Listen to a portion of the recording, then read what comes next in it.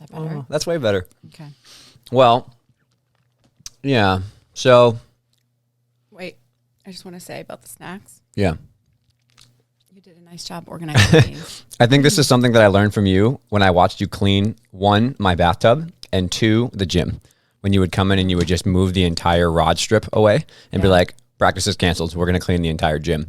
And I was like, that is a skill set to have when you can clean an entire gym in the muck. And then my father's favorite story is when we moved into this apartment and you went into the bathtub and scrubbed the grime off the bottom. I did that. And there was an drug head who lived here.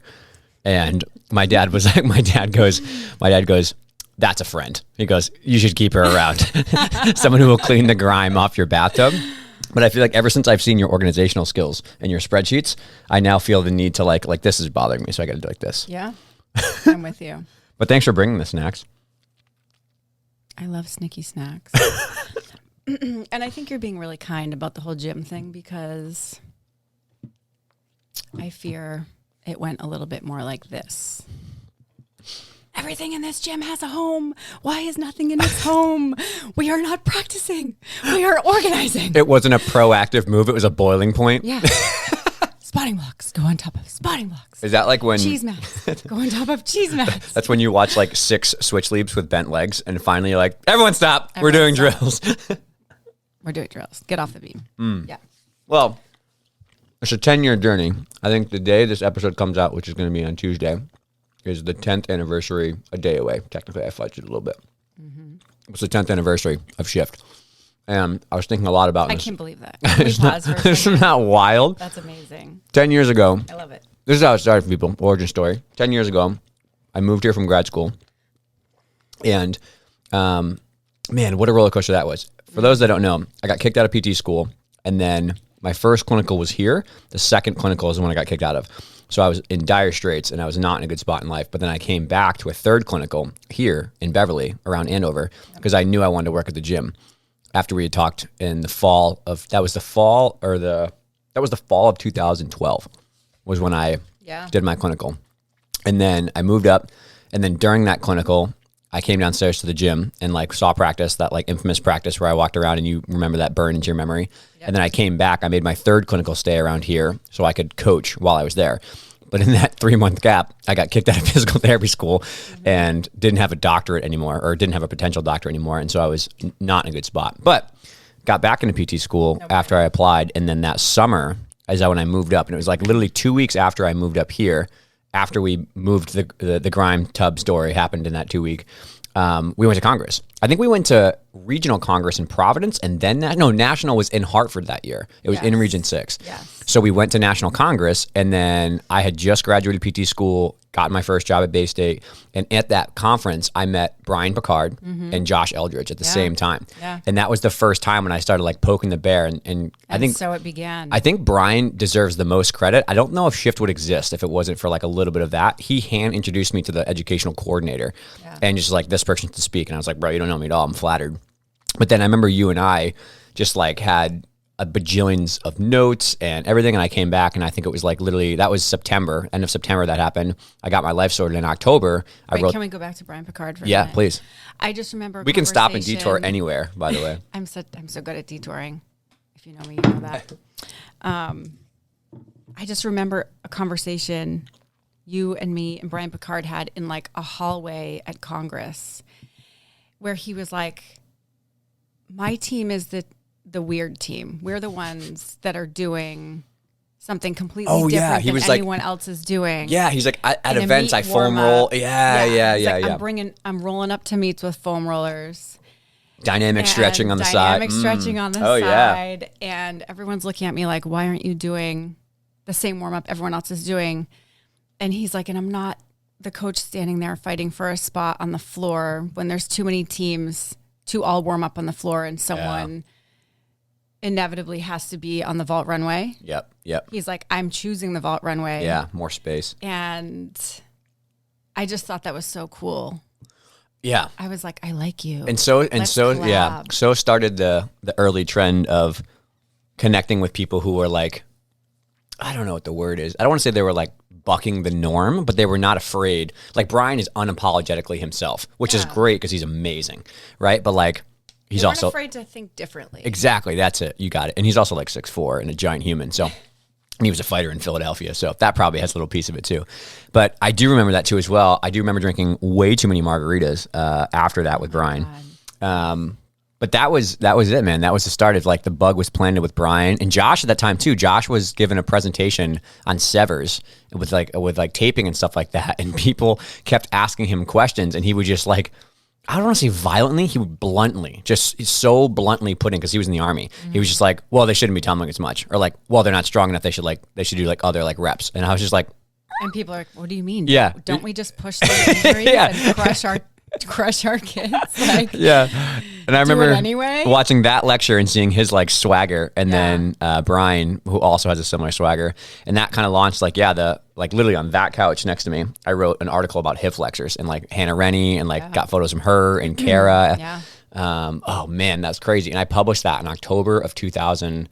I want to say 13. I want to say it was that year, 12 going to 13 or 13 going to 14. I forget, but that was like the start of all of it. And then I loved meeting Josh Eldridge. When did he come to our gym? He came, so we started doing, I would say probably like 6 months after we started, we started doing like just conversations, like just Zoom chats real quick.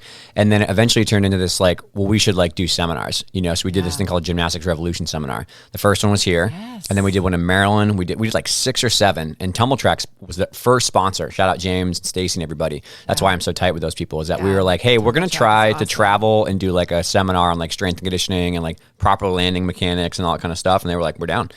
So we did the first one, I think, a year after I started. It was like a blog for a year called The Hybrid Perspective, and then it became Shift as an LLC. I still have that shirt. I know. Terrible shirt, by the way. Perspective. Tim, my friend Tim. I can't get rid of it. My friend Tim, I know, it's like a relic. It never ends up in the donation pile. I'm like, I should probably just donate this. So I need to figure out what to do with it. Like, that's a whole... make it a quilt. Yes.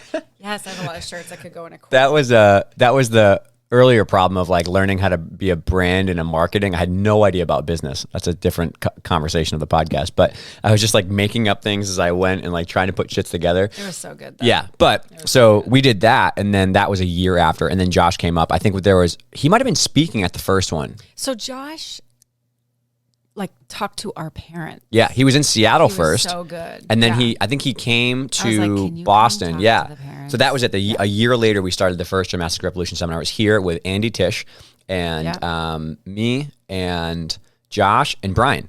Brian too. Brian brought his kids up. Yeah, dude, that was crazy. Brian drove like 3 hours, like 4 a.m. Yeah. And it was us and like 20 people, maybe. Yeah. 20 people, including our coaches. Yeah. And we talked about a whole bunch of stuff, and then had dinner. Like screens up in the gym. Yeah, we did. We like sold Everyone tickets. was sitting on like mats. Sold like $20 tickets. It was legit though. We did sell tickets. Which is crazy to think about. Is I actually had this thought. I was like, because you ever like think back to cringe moments as a kid when you like did something and you were like, oh God, like that was so awkward. When I think about like what we did with Symposium last year, or what Nick does with like, GymCon, I look back to like that first one. I was like, oh my God, like it could have been so much better. It was so cringe. But we got it done. But yeah, it wasn't cringe at the time. I know, because at the time it was like, this is how we do this. Sure, this is how we get going. Yeah, and everything else you were building for, at the time, hybrid perspective. Yeah, was happening in the gym anyway. Right. So it was like, well, why wouldn't we just? Yeah, that's true. That's a good point of view. Screens up in the gym, and we made a like semicircle with the equipment for people to sit on. Like, pay $20, you don't even get a chair. Sorry. It was exactly like a coaching congress, right? We just leaned on what we knew, which was like, what have we done the last 10 years? Well, we bring somebody in and we all sit around in a circle and watch someone do drills. Yeah. It was just a PowerPoint presentation this time. And I remember sitting in a straddle, like on the vault runway, and Josh Eldridge was sitting there, and he asked me like, what is your biggest roadblock right now? Like, what is your toughest battle? And I was like, helping the parents get on board with what we're trying to do. Yeah. And that's when he offered to talk to them. Yeah. Because he did nutrition and like a recovery seminar. Yeah. Because I'm like, if we only have control like 7 over parents what they're doing in the gym, I need them to partner with us. Like that's when he got my brain going on the whole, like, you know how I love my parent podcasts and my parent chats, like the whole concept of it's a partnership with parents. Like you have to help them understand, but you have to understand first that above all, it's a partnership with them to help them move their gymnastics career in the right direction. They need to let the coaches coach, but what we need from them is to make sure that kids are going to bed, that they're eating properly, that they're hydrated, that they don't have too much on their schedules, that they can handle all the pieces of their life.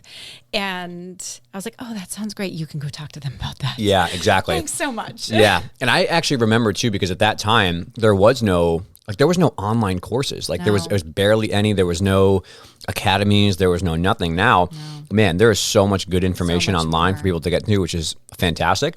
But I think like as we go through, like the way I thought about the outline was like each year, like what was the biggest lesson that I or we learned? And I think that bridges well to like that first like year was like, who's at Congress we can talk to about strength and conditioning? Remember Dave Picardi came to the gym. Yeah. People think that I was a strength coach doing that. I was not a strength coach starting out. I knew nothing about strength training or lifting weights just from my like postdoc work. But like I remember like that year was like Josh, Brian, Dave Picardi. I was going to CrossFit and North Shore CrossFit and learning from them. Andy Tisch, he was Olympic lifting coach from the OTC who worked with Matt Frazier and was now at Dave's gym. And I was learning how to Olympic lift from him as well. And that's where like a lot of that happened. And that year, I want to say like a year or two later, I went to Power Monkey Camp and like connected with those people. But I feel like that was the biggest lesson that I learned early on was like, who are the people in all these things that I'm not good at, nutrition, mental health, whatever, that I can find and learn from. And then it was like almost doubling or tripling down on my own education after school. I didn't become an actual dork until after gymnastics like was done and after grad school was done. Like I actually didn't like studying that much in grad school. I felt it was kind of a drag because I was learning things that I didn't know if I really was going to use in my career. And then I got out and I was like, inhale all the courses. You've always been a dork. Okay, triple dork, massive dork. I'm kidding. Yeah, I'm kidding. Yeah. But that was the first year. It was just like, learn everything. I spent so much money on courses and books. I think I remember converting it to a business because I was like, I'm low-key going broke. And if I do something wrong from a tax point of view, I can't let my own life get liquidated. Right. So I had to start an LLC to protect myself and have cash flow. That was like, people would pay me like $100 to come to their gym. And I was like, I don't know if I should take this check and just put it in my personal checking account. Do I need a W-9? Yeah, literally. Yeah. And my dad was like, you should probably start an LLC. And I was like, what's that? Papa Tilly to the rescue. Many times. Many times. So yeah, that's what I took away from the first year. Wait, and I think, can we go back to that? To Dave Picardi in the gym? Yeah. Okay. Teaching them how to kettlebell swing. Do you remember the day you were like, okay, you know Dave Picardi? And I'm like, yeah. Why? What's up? So I'm thinking we could, instead of the balance beam rotation, have him, and I was like, you lost me. I'm done. Yeah. And you're like, no, just hold on. And I was like, okay. What are we doing instead of balance beam? I'm sorry. What? I'm blacked out. And you're like, I need him to come in and teach these kids how to squat and swing a kettlebell. Yeah. And I was like, okay. But it was the best thing. It was the best decision. And I'm so glad I listened to you because I didn't want to, but I did. And I learned a lot in that moment. Like when Dave got there, because I was like, okay, we all need this.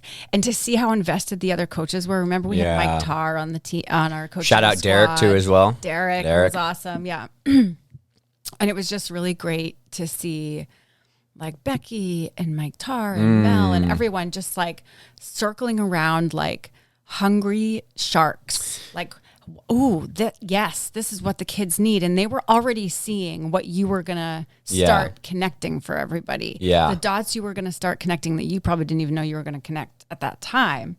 It was like our coaches were seeing it. Oh, this is their landing position. Right. Oh, this is how they get from bent hips to flat hips in that kettlebell swing with the proper muscles. Like they didn't know how to articulate it yet, but they were seeing it and I could tell. And I was like, okay, it was worth missing balance beam for a day. So this is the first important pit stop because one is that I think coaches naturally have an eye for mechanics. So when you do make that bridge of like squat equals landing, kettlebell swing equals like some sort of like takeoff, that's one piece. But two is like, I feel like that awkward moment of like, what is it, like dissonance maybe, like internally your head is like, wait a minute. Like I firmly feel, and I want you to correct me if I'm wrong, is that the only way that that was successful in our gym was because you as a leader, as someone who was the head coach, was willing to try something that at that time was astronomically different and was like so not like tolerated. Not only was it not tolerated, people back then said that it was going to make you worse. They were like, you're going to get bulky, you're going to lose your skills. This is a waste of time. This is actively taking away from your gymnastics career, not adding to it at all.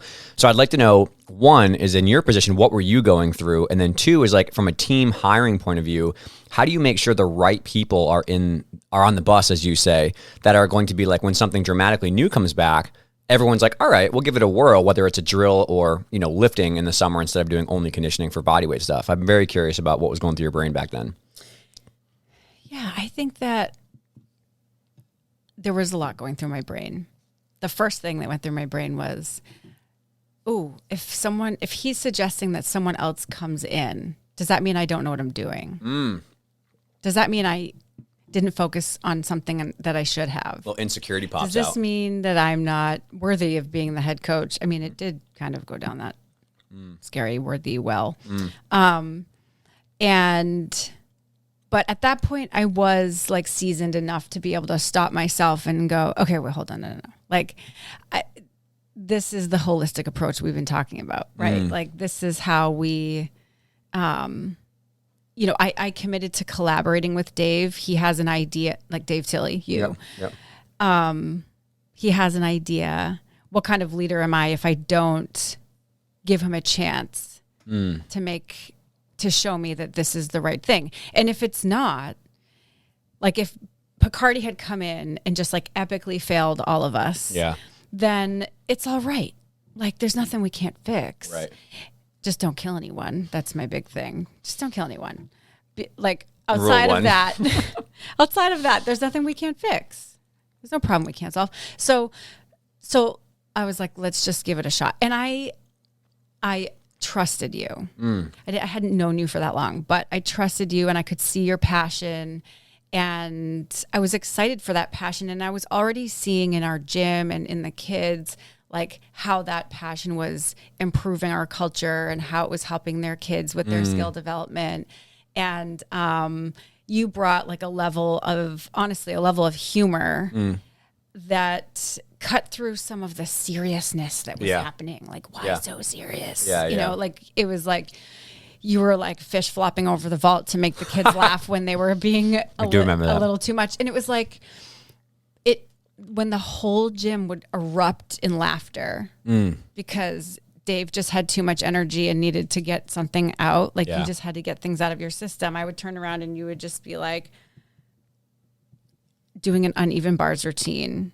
I do have a sick level 8 bar routine. You do have a pretty sick level 8 bar routine that nobody was aware of.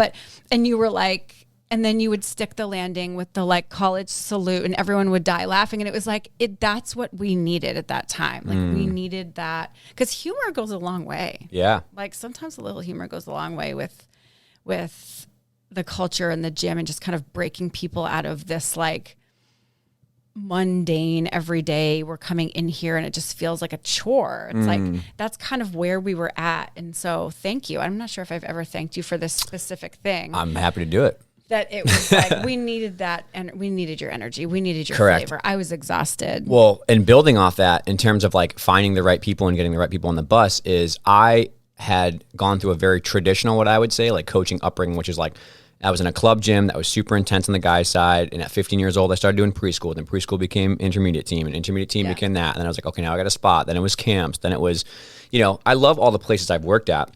But I felt very incongruent between my values as why I'm coaching and the clubs that I was working at the intensity and the strictness and borderline, for me personally, crossing the line of meanness. Yeah. And I experienced a few of those things and it just twinged me the wrong way, when that seriousness came out. And so I remember I was like, I'm going to work at a gym when I start PT school. And I was looking at different gyms and looking at different spots. And everyone that I dropped by or swung to, the tone was just like very like, you know what I mean? Like extremely stiff and extremely like, and we'll flash forward 5 years, but like clearly that was not good, right? How that all came out. But I remember going to the Y and like looking around and being like, the Y has clear values of like you know, respect and honesty and caring. And I was like, okay, well, I personally as a human value those things. And then you and all the coaches that were there, Mike and Mel, and when I met Derek and Dave, it really all boiled down to the fact is that these are good people. These are good humans who work hard. Yeah. The rest we can figure out. Yeah. And I feel like for me, every decision I've made in business or in life or personal has come down to like my core values are like, is this person nice and does this person work hard? Yeah. If that's true authentically, then I want them in my orbit. I want them around me. And so I found the why because I believed that you and the people represented like, okay, people are nice, people work hard. The educational stuff we can work out. I can learn, you know, I can learn how to do strength conditioning. I can teach someone. At that time, I had a lot of experience spotting because I was in college and the majority of my work was spotting work. I was like, I can teach people how to spot shoot-overs and, you know, I can teach people how to bump for double backs. I can't teach someone how to not be an asshole, right? I can't teach somebody to not want to put work in effort-wise. And I think you probably, likewise, I don't want to put words in your mouth, but saw a similar echo in that of me, which is like, all right, nice person works hard. We can figure the rest out. And I think trust comes from that. I think that if you really want to have a team that is willing to try new things and you enjoy working at, trust is the foundation of all of that. And it comes through action. It doesn't come through bullshitting people and talking about like, I read this book on leadership and I feel like we should try this thing Jocko says. It's like, no, you should show up to work early and plan your lesson plans and stay there late and just do the work, you know, when nobody else wants to. And that's how you build. Like, oh, we have had hundreds of thousands of hours of unpaid time together, planning and thinking and critiquing like professionally each other and caring about someone behind the scenes, not just working wise. And I feel like that is why that first year actually latched on to be what caused a very turbulent next 2 years came when we changed our culture. But without that first year of just genuine value connection and trust, I feel like we would have blown up in flames. Yeah, I think that, I mean, that's ultimately the answer to the second part of your question. Like you and I worked later on to develop our priority filter for gymnastics specifically. But before that, and forever and ever, I mean, the why has been around for over 100 years, has survived so much. And what I love and appreciate about the why is that the mission never changes and the core values stand strong. And so, you know, when I'm hiring people, I'm really in the interview process or just the kind of casual conversations, even looking for those core values. I was just trying to think if I had an interview. I was just like trying to think back to my interview and what that was. So we sat in the front lobby at a table. Got it. Yeah. Because I was like, let's get out of the gym. Yeah. And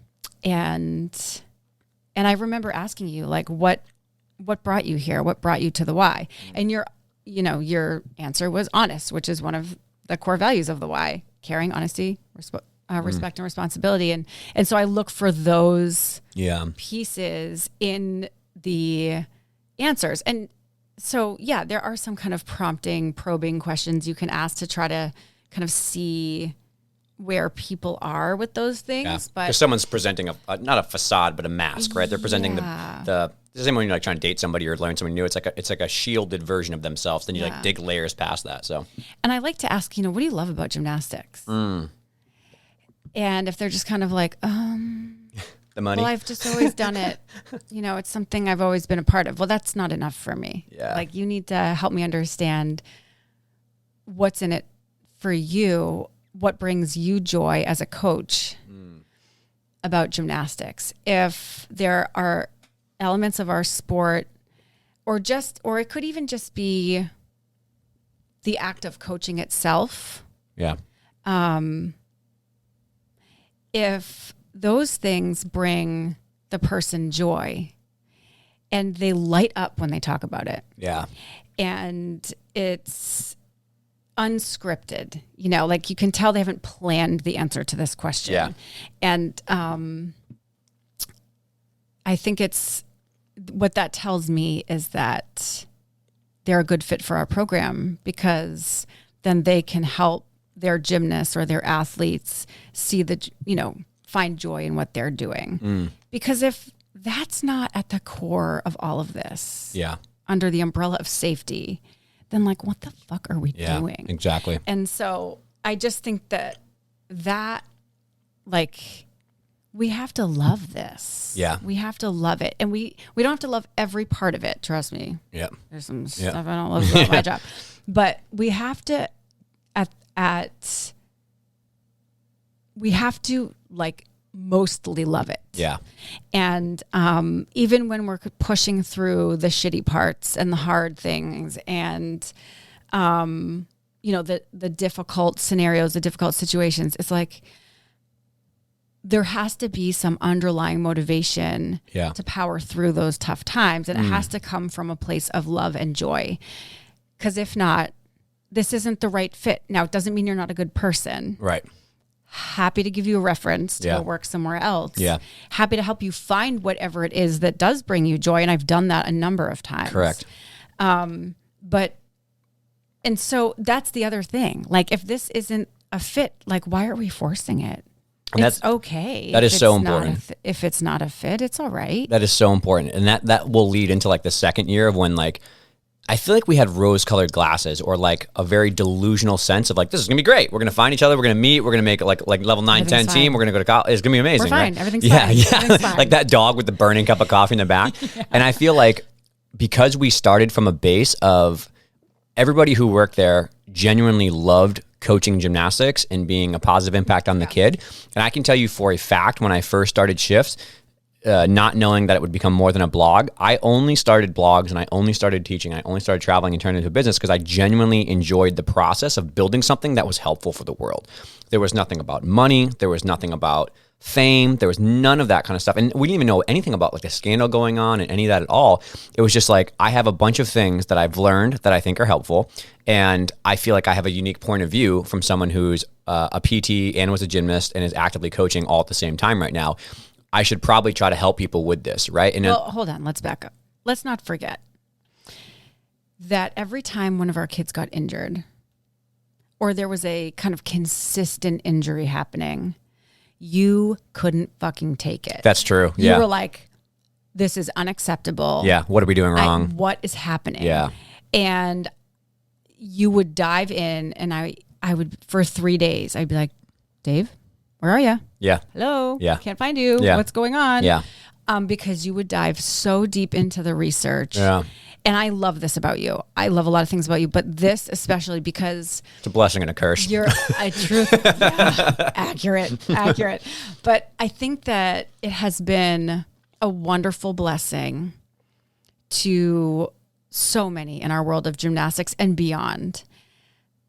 So I think it's definitely more of a blessing than a curse on a larger scale, at least. Yeah. I know for you, sometimes that can be tough, but Dave, you accepted 100% of the blame and it wasn't 100% yours. Massive accountability. Let's be serious though. You were walking into a lot of this. Yeah. Like you walked into a group of level 8s and 9s that had spent most of their compulsory and optional careers like just getting crushed. Yeah. Okay. Yeah. So you walk in when they're like level 7, 8, 9, and suddenly the shoulder injuries start popping up or the back fractures or whatever it is. And so like it was all the work before that that kind of brought them to that point. But you were like, this is on me. You dove in deep. I had a twinge of that. I would say there's two reasons I developed that skill. One is that when I was starting Shift, I remember that's like a big Gary Vee thing is like accountability. Everything's your fault all the time. Like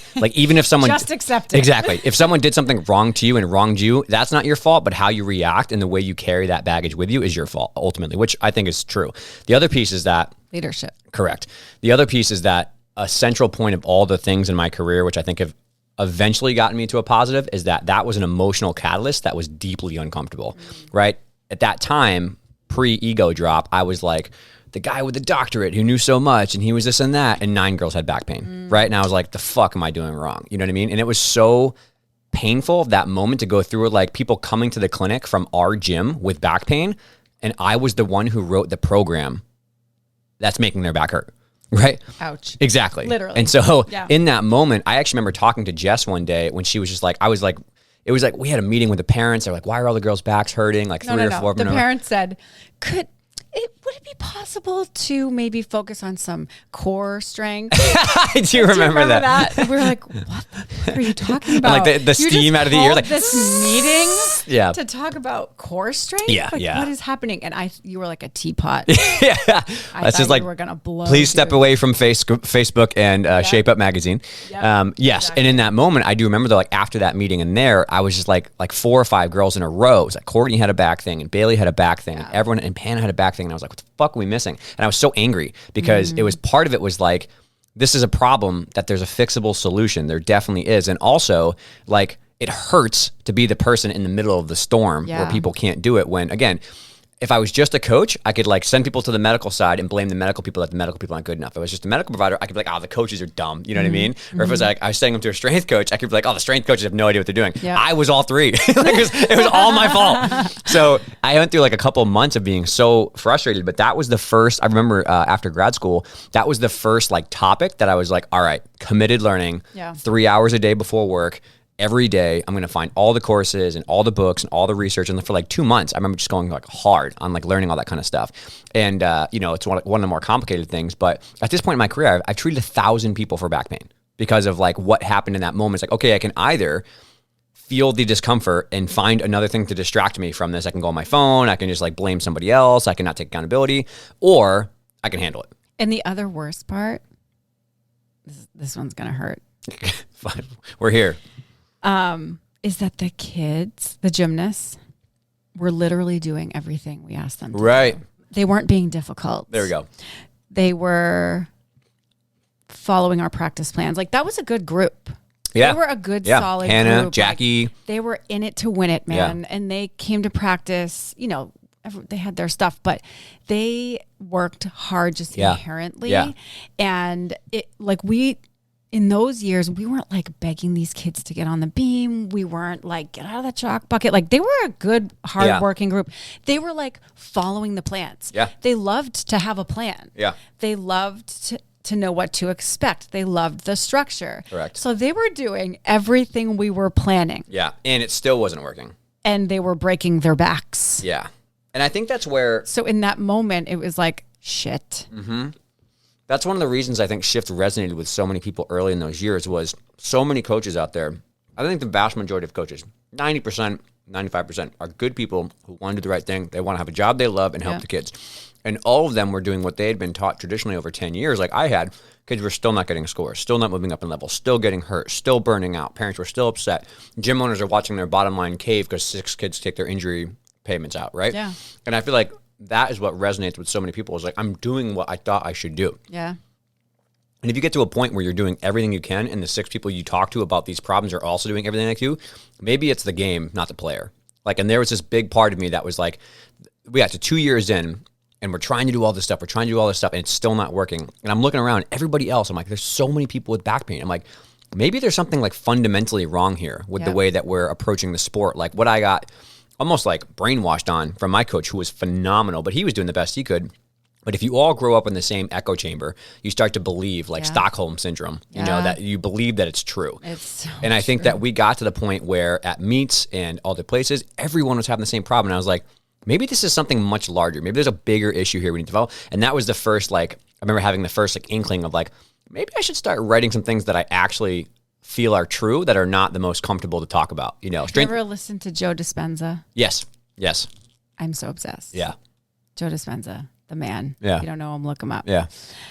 And I wrote one of these quotes down for today, so this is so appropriate. He says, the brain thinks, but the heart knows. And I feel like that's what was happening with you. That's what you're describing. Yeah. And at one point you were like, okay, what is going on? And you like questioned me on a like flexibility circuit. Oh, yep. Yep. And I was like, Dave, I'm not making this up. And you're like, what do you mean? And I was like, here are my notes from the last 6 Congress presentations. Right. And I'm not knocking Congress because we've learned so much there. Sure. But like you're saying, it was a more systemic issue, right? It was a bigger problem. It was a bigger like these were still the days where it was like nobody was blinking an eye when someone sits on a kid while they're in a in an oversplit. Yeah. And so, I think you really were still are a pioneer in like helping people understand another way. But that moment when I was like, this is the circuit I got from Congress. Yeah. And that's when the light bulbs went on. And I wasn't sure what you were going to do with it, but ultimately, I don't know. I don't know if that was like a turning point for you when you were like, oh my God, this is why. Well, those were the first 3 topics that I remember vividly being like, 1, these are problems, and 2, there's clear solutions from research. Like, 'cause I just went through like 6 years of doctoral and postdoctoral work, and I was like, there's a solution. It was flexibility, strength and conditioning, lifting weights, and landings. I remember those 3 things. I was like, okay, some of these things are very like esoteric and murky around like, how many routines and what kind of stuff and technique. I was like, that's tough. I don't know if I know that. But I was like, I'm pretty sure there's like 39 articles on the proper way to land and not tear your ACL and why loaded squats help with strength and power and make you run faster, and that your hip labrum will tear if you just end range stretch with ankle weights for years. Like, I'm pretty sure there's stuff in there. And there were 2 pieces. One is that I think it was like, okay, well, like I was trained on like evidence-based medicine, right? So like research, because like I would go to Congress, like if we're in the 2nd year now, I remember like talking to people and I was like, okay, I'm open to ideas, but like, why do you do that? And they were like, well, like I went to Congress and I learned this. I was like, okay, like where did they learn that? And they're like, well, like they learned that from their coach about this. And I was like, okay, like are there like research studies or like meta-analysis about that? And they were like, I made a couple, like maybe I was like, well, why don't you try the thing that has a lot of like really good gold standard, like landing mechanics research? And they're like, yeah, but like, like that's just the way we've always done stuff. And I was like, all right, red alert. I was like, if you dig down the rabbit hole, at the end of the day, people were like, yeah, well, like that's kind of just what we do. And like, that's just the culture. It wasn't like, well, like there was like a good study on this and like we have good results. So that was always one. I was like, all right, follow the evidence that way. And 2 was just like being really honest with myself. I don't know if I got this from my father. About my father would always just bluntly talk about things that were wrong. You know what I mean? Like we talked about like with money sometimes or with like whatever. He's like, well, I don't have the money to cover that, so we can't go to that trip. And I was like, okay. Like I was like, are we going to the arcade today? He's like, well, no, we're a little short on paycheck. Work wasn't as busy, so we're gonna stay home and play board games. It was never a conversation that was awkward, especially around like personal stuff too. He was very honest. Very kind of, it wasn't. Yeah, it was direct, but it was direct. It was just like transparent, I think is the word. Exactly, logical. And so for me, that happened too. Is like, all right, we tried this for a year or 2. I've tried these flexibility things, and I was just like, okay, well, their hips hurt, and they still don't have a split. It's not working, right? And then like elsewhere, it's like, okay, everyone's knees hurt, and no one's sticking landings. It's not working. You know what I mean? And so there's that dimension of unattached, logic-based analysis, right? She's so flexible, but she can't back handspring. Correct. Or she has a split on the floor and nothing's showing up on a switch lead. Yeah. And I was just like, this doesn't make sense. And so like, I just saw over and over in our gym and others, it was just like, okay, everyone keeps doing this, but it's not working. Some things that I learned from Congress were definitely working. Like the way to do your chain go, the way to tap for a double 100%. Back, phenomenal. These drills are perfect, 100%. Right? And they were great, but there were just other areas of like strength and conditioning, mental health, nutrition, workload management, flexibility. I was like, guys, it's not working. Like we're all just like saying the same thing to each other and like gassing each other up. But like anybody actually realize like this is not productive. Like for 1 to 2 people who are genetic freaks, these drills work with full splits. I remember seeing that a lot. Who were the kids at the presentations at Congress? Were like these super Gumby kids that were like so hypermobile. You could do any single drill you possibly wanted to and it would look great. Yeah. You bring that back to your gym and 1 out of 8 kids can do this crazy switch leap drill. Well, 7 it's like, hurt. Of course, Tammy Biggs is going to bring her best. Yeah. And I deified her for so long. Yep. Still do in a lot of ways, but I think, to your point about how like, well, of course these kids look good doing this, Popa drill, this switch side drill. Yeah. But then, and it was wonderful to see these kids and to have the visual. And I think where Tammy was going with it was good. Like, let's get off the slide projector. Yes. And get them out here in person. We're even going to roll a balance beam in. Yep. She was one of the first people to do that, I think, or at least that I saw. And it was like, yes, this visual is helpful and you can kind of, she was also making corrections. So you could kind of see how she was making corrections. But then you go back to your gym and it's like, okay, but my kids still don't have a full split. Right. Or like loved that lecture on demystifying the serious connection on beam. Yeah. Then you go back to your gym and you're like, okay, I'm going to demystify this in my gym now. Why do their backs bend in half, but they can't get their hands back fast enough to grab the beam? And now they're terrified. It's like, well, you were the one that came along and said, their arms don't go past here. They have no shoulder flexibility. It's not about their back. Yeah. I'm like, oh. Yeah. And then it was the process of, this is what an arch should look like. Yep. The long, tight arch. Yeah. This is, and we always knew that. Like, you and I sat in one of Ivan Ivanov's like tumbling seminars, which was like fabulous. But like the kids' shapes are so fucking good. Yeah. And it's like, then we come back to our gym. I'm like, I can't get the kid into that shape. Why? Yeah. It's like, well, like her shoulders her hands don't go past her head. Correct. So how are we going to get into that long, tight arch shape that where they're using their whole body to create the shape instead of just hinging at the low back. And so that was like huge. Like that was huge education for me. And because like you were like, I just thought of something else. Dumping it on me. I was like, okay, like we have to help the rest of our coaches understand. I'm looking back again to cringe moments it likewise happened the other way, which is like there was probably like 3 to 4 things I was really good at that time. It was like spotting the medical stuff, but not being someone who was with a team multiple years in a row through competition seasons. I was like literally the greenest fish on the entire planet when it comes to rotations and meet schedules. And I remember this vivid memory of I was like standing by bars and you were spotting and I was just like looking around. I was like, well, what do I do? Like, where do we rotate? And you're like, well, like we go in this order and it's like a bump and a warm up and a touch. And I was like, okay. And then I was like, I don't know what to do. And you're like, well, just like stand by the edge of the mat, like make sure it doesn't slide. And I was like, I'll hold the mat. And you're like, okay.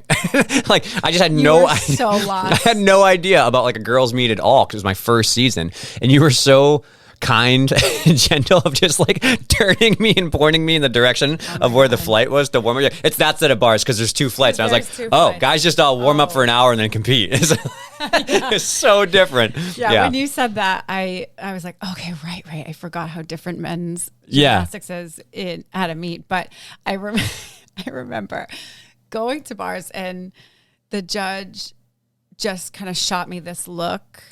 And of course, like I'm the meet director, right? So I'm like, oh God, what happened? Yeah. And our kids are like standing there waiting for her to salute. And you're following directions, standing at the edge of that mat, making sure it doesn't slide. Yeah. And giving your last few corrections. And that didn't slide for the record. No, certainly did not. Certainly did not. And the judge looks at me and I'm like, what? And she's like, I don't have their cards. Yeah. So, and they were like in your back pocket or something. Yeah. Like, you have to give the judge the cards. And you were like, oh, okay. I'm like, she doesn't know who's up. Like she will only know. Basics. She's reading the name off the card. Yeah. And you're like, okay, right. So then we go, to beam and I'm like, Dave, where's the cards? And you're like, the judge has them at bars. I'm like, okay, she's done with them at bars. We have to go pick them up. Now they're at the meat table. Yeah. Oh, they don't bring them over. No, they don't bring them over. Like they're judging the next group. Dude, when I grew up, I would carry my own card from judge to judge. Like you'd go to a meet. It'd be like, all right, 2 hours to warm it all up. Don't do anything dumb.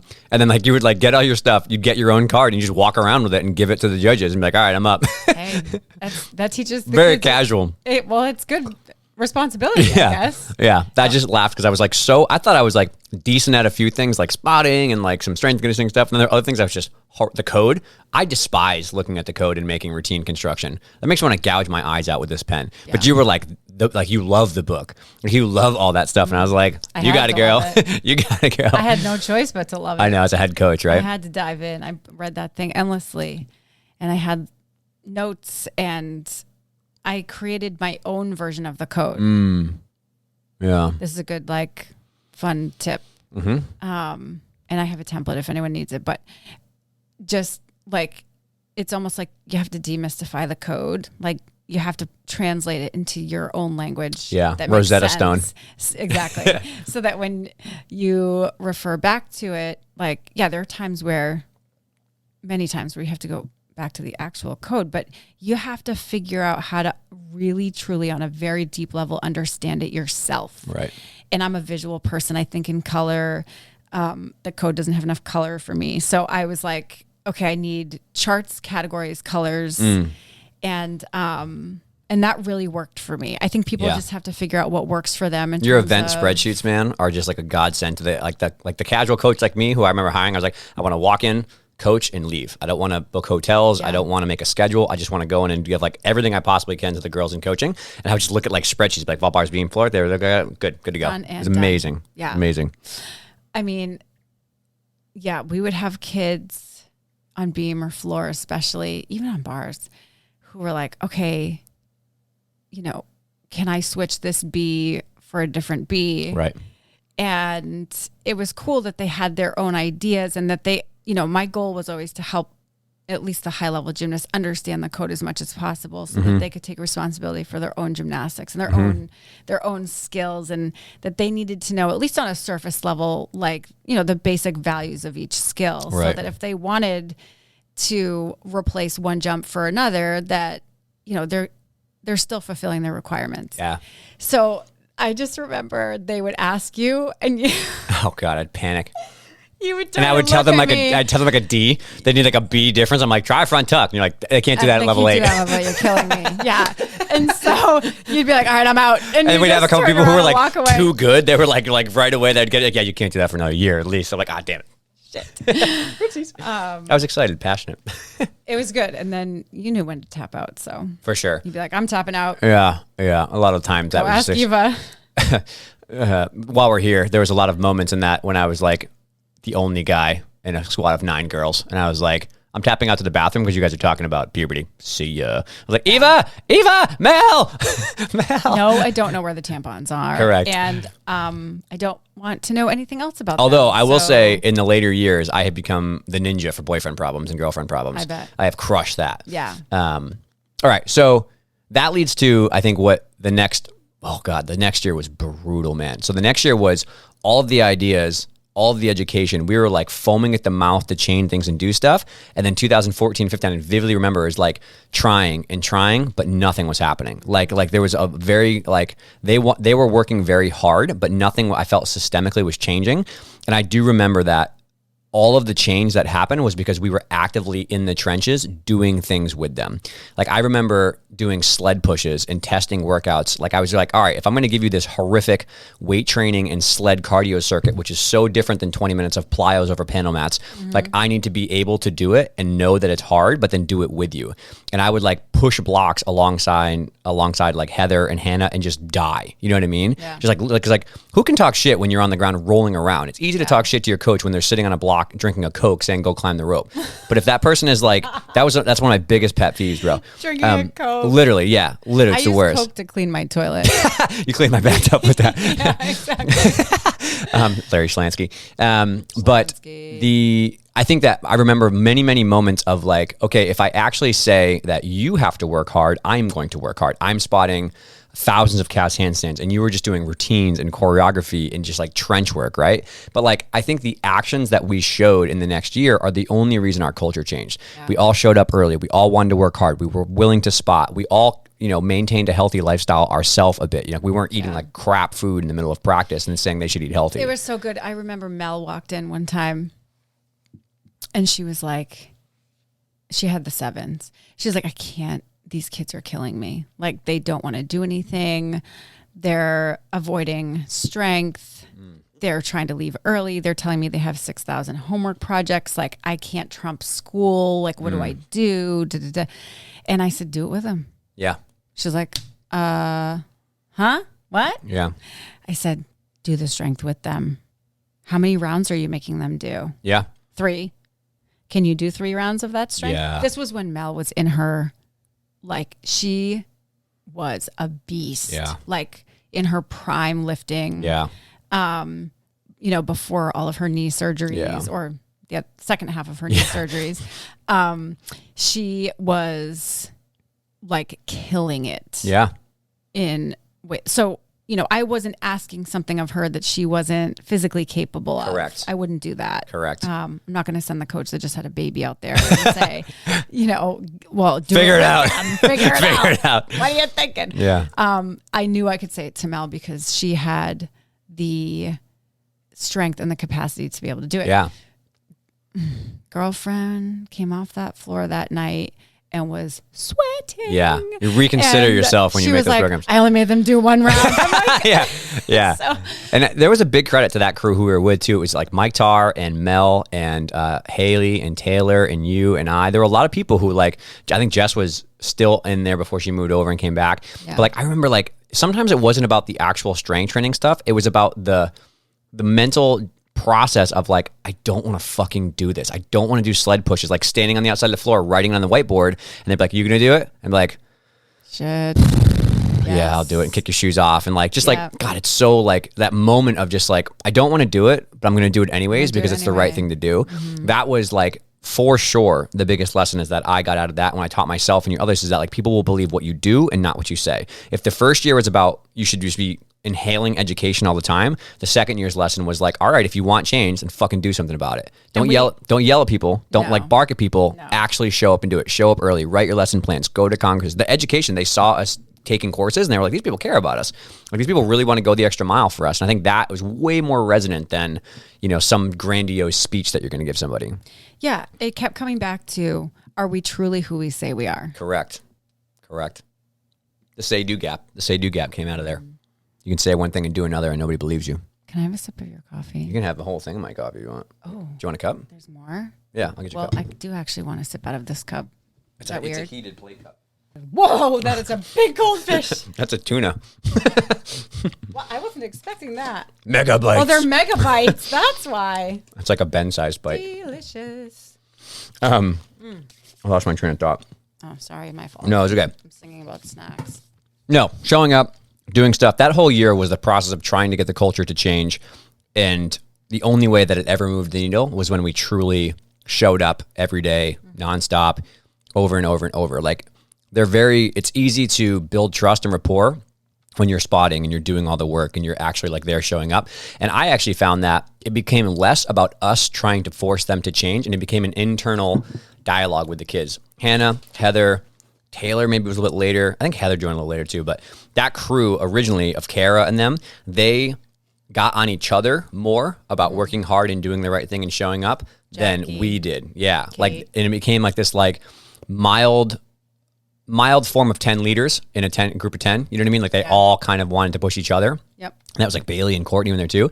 But I slowly noticed that it became a little bit less about us telling them what to do and how to do it and more about like, this is what we do. You know what I mean? Like, this is just what we do. Like, and there were many times as a guy that the girl on like the girl to girl interaction was like a little bit more potent than a guy telling a girl to do something. You know, I don't know why that dynamic was there, but like, I remember many times like, you want a big fish? I would love a big fish. I remember many times, I'll put the big especially with floor or some of the really hard stuff. It was like somebody would not have a great day. And I remember like Hannah just being like, dude, figure it out. Like, just shut up and keep doing drills. Like and I love Jackie Veach. Yeah. The ultimate lead by example. Did literally so few words. Mm-hmm. So much action taken. So few words, so many actions. That girl hustled. So many actions. Hustled. I miss her every day. She's out saving the world, I'm sure. I miss that whole early crew, to be fair. I still talk to all of them. That Hannah, was a great Taylor, crew. Everybody. Yeah. A great crew. I saw Taylor. She came to visit. Yeah. She just like popped in. She's in Columbia at PT school. Oh my God, I love that you're here. It makes so much sense that you're in this gym right now. Mm-hmm. And then I had to go to a stupid meeting and I was like, but I want to sit here all day and talk to you. So the best thing ever is when they come back to visit. You took the words out of my mouth. That's how I knew things were getting better. Yeah. Because people wanted to be there. They were like coaches and coaches and gymnasts. Exactly. They would like come back from a vacation and like want to come to the gym and hang out. We would start doing like extracurricular activities like a movie night or a game night and they wanted to be there. They wanted to hang out with people. Yeah. It wasn't like we were ripping their teeth out to get them to do stuff. And I also noticed that the friction to hard things was lower and lower and lower every month. Like I'd write some workouts on the board and be like, oh, this is bad, man. This is bad. And everyone would be like, all right, let's do it. All right, let's do it. You know what I mean? Yeah. I felt like I remember being like in that year, towards the end of that year, the burnout was starting to slide in a bit as we got into year 2. And then I remember the end of the next year, generally wanting to go to work. Yeah. You know what I mean? Like I wanted to be there Like it was hard, but we were there for it. The kids were starting to see progress. We had like a little bit left. And that was after the full year of strength conditioning. Like Dave was coming in that summer every single week. You know, he would come in once a week and we would lift and we would do one more lift on our own. And we were doing Derek 2 and 2 and Derek as well. And I remember like after a year of like, I don't know, I have this now, which is like, I don't know what it's going to look like, but I really feel like we're doing the right thing. Yeah. And it was just like chipping away at the axe, just swinging the axe of the tree over and over again. And then like we'd go to one meet and someone would make giants for the first time. We'd go to some meet and somebody would hit their beam series. Somebody's like, my knees feel better. You know what I mean? Like little things like that started to happen. That's a huge fish. Little things started like that to happen. I was like, I think we're doing the right thing. And maybe it was a blessing that we were in like a cocoon of the Y where we weren't like, we would do half club meets and half Y meets. And maybe it was good that we weren't like only in an echo chamber of other club gyms because we could like kind of do our own thing and like have other opportunities to do. But that's what I remember from that year is like a lot of work in the gym. It was a grind, but we were having fun doing it. Correct. And the kids learned to love the process. I think a lot of us found the balance of hard, but not mean. Yeah. I think in the beginning. Tough. Yeah. But not tough, mean. but not mean. Like we can still have fun and get work done. Yep. We can still work super duper hard, but enjoy the little moments back and forth. And I think as a coaching staff, it required us too to have a little bit more like flexibility in what we allow to fly. Like, all right, when we're on beam doing series, it's, you know, the light switch is on to work. But then like when we're all just kicking it between events, just like, it's okay if you get there 2 minutes late and you know, you're joking around while you warm up. Like, it helps kind of just keep it light. Keep the joy, keep the love. Like, this is fun. And we had a good crew. Like, we didn't have a ton of turnover. We did get kind of lucky because they really enjoyed it. We had some really good coaches. Yeah. And some of them are still with us, and I'm so grateful for that. But, you know, everybody was just in a good place. And you know what else we were doing? We were getting together outside of the gym. Yes. Like we were planning coaches days, and gymnasts. Yes. And we were getting the gymnasts out in the community to do community events. Correct. We were like you started the Giving Tree that year. Yeah. Like the social glue comes from everyone that. Go grab a card off the Giving Tree at the front of the Y. We're going to go to the mall. We're going to go to the mall. We're going to pick out a gift for a kid that doesn't have anything. Then we'll see a movie. And then we'll go see a movie. And it was all done, you know, ethically and properly, of course, because that always matters. But I think even as a coaching staff, it's like we had more like random dinners. We had and regular coaches meetings. The Y, I remember the Y's like budget had like little coaches, like I don't know what you guys called it, but it was like a $300 fund or $500 fund. We're like, we could go out once a month and just like grab food at like a local spot. Yeah, like a little like Friday night. Correct. Everyone worked hard after this work. week. Just go grab pizza real quick. Yep. Yep. Like food on us. And that like that little things, I think that's like the culture code talks about that. Those micro events of like the moments of like, hey, I know you were worried about that test. How did that go? Like, and the people like see like that you're more than just a gymnast or more than just a coach. And like when you get to have like a couple hours to someone just to kick it and talk about their life and not talk about scores. Like when you go back to the gym, there's like this renewed kind of like trusted bond that like, oh, this person really knows me a little bit more. They care about me. And a lot of that stuff happened with the coaching side too, which is like we were appropriately willing to talk about really hard stuff outside their life. And I mean, I think that you're an absolute savior to some of the girls that have gone through some horrendous shit. And that because they had you as a lean, you know what I mean? I feel like all that stuff in those moments where, again, like that goes back to doing the work, which is like, I'm willing to sit here for 20 minutes after practice at 8:30, after I had a 12-hour day, to talk to you about, you know, your frustration with, you know, your teacher or the school or something at home. Like, not that I'm going to fix it, but I'm just here to listen. I'll sit in the mud with you and just let you vent. And I think like a lot of those moments that people brush off so fast is like, oh, I got to get home. Sorry. Like maybe tomorrow. Like those moments, or on the other side of like, my back hurts. Yeah. Just like, we'll figure it out. Do a couple more series. Like don't bother me with that. Like those things build up so much trust in the bank for when you do ask someone to do something really hard or have a really hard assignment, or, you know, they go through something really rough. So I have to be honest. I sacrificed a lot to do that. Yeah.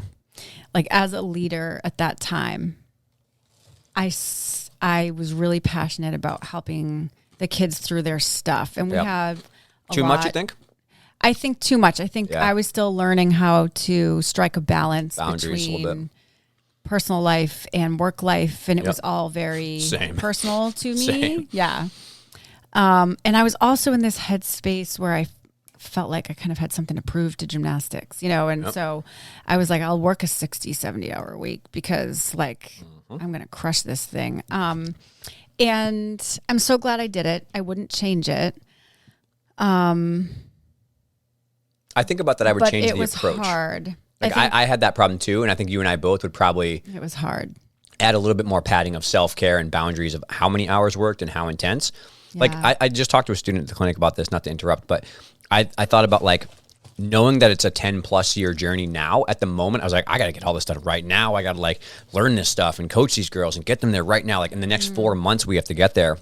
But now that I know it's a 10+ year journey and I'm 10 years away from it now, if I could go back and talk to myself, I was like, dude, take the 2 hours, go play some video games, visit your family, like don't stay at the gym until 4 hours after practice to get stuff done. Like it all will be there tomorrow. Is there truly a rush? Correct. And I felt like we were hitting a ceiling of productivity, which is like from 0 to 50 to 70 to 80 is exponential gains and how much you get. But from like 89 to 91 to 94 is like 10 more hours for 1 more %.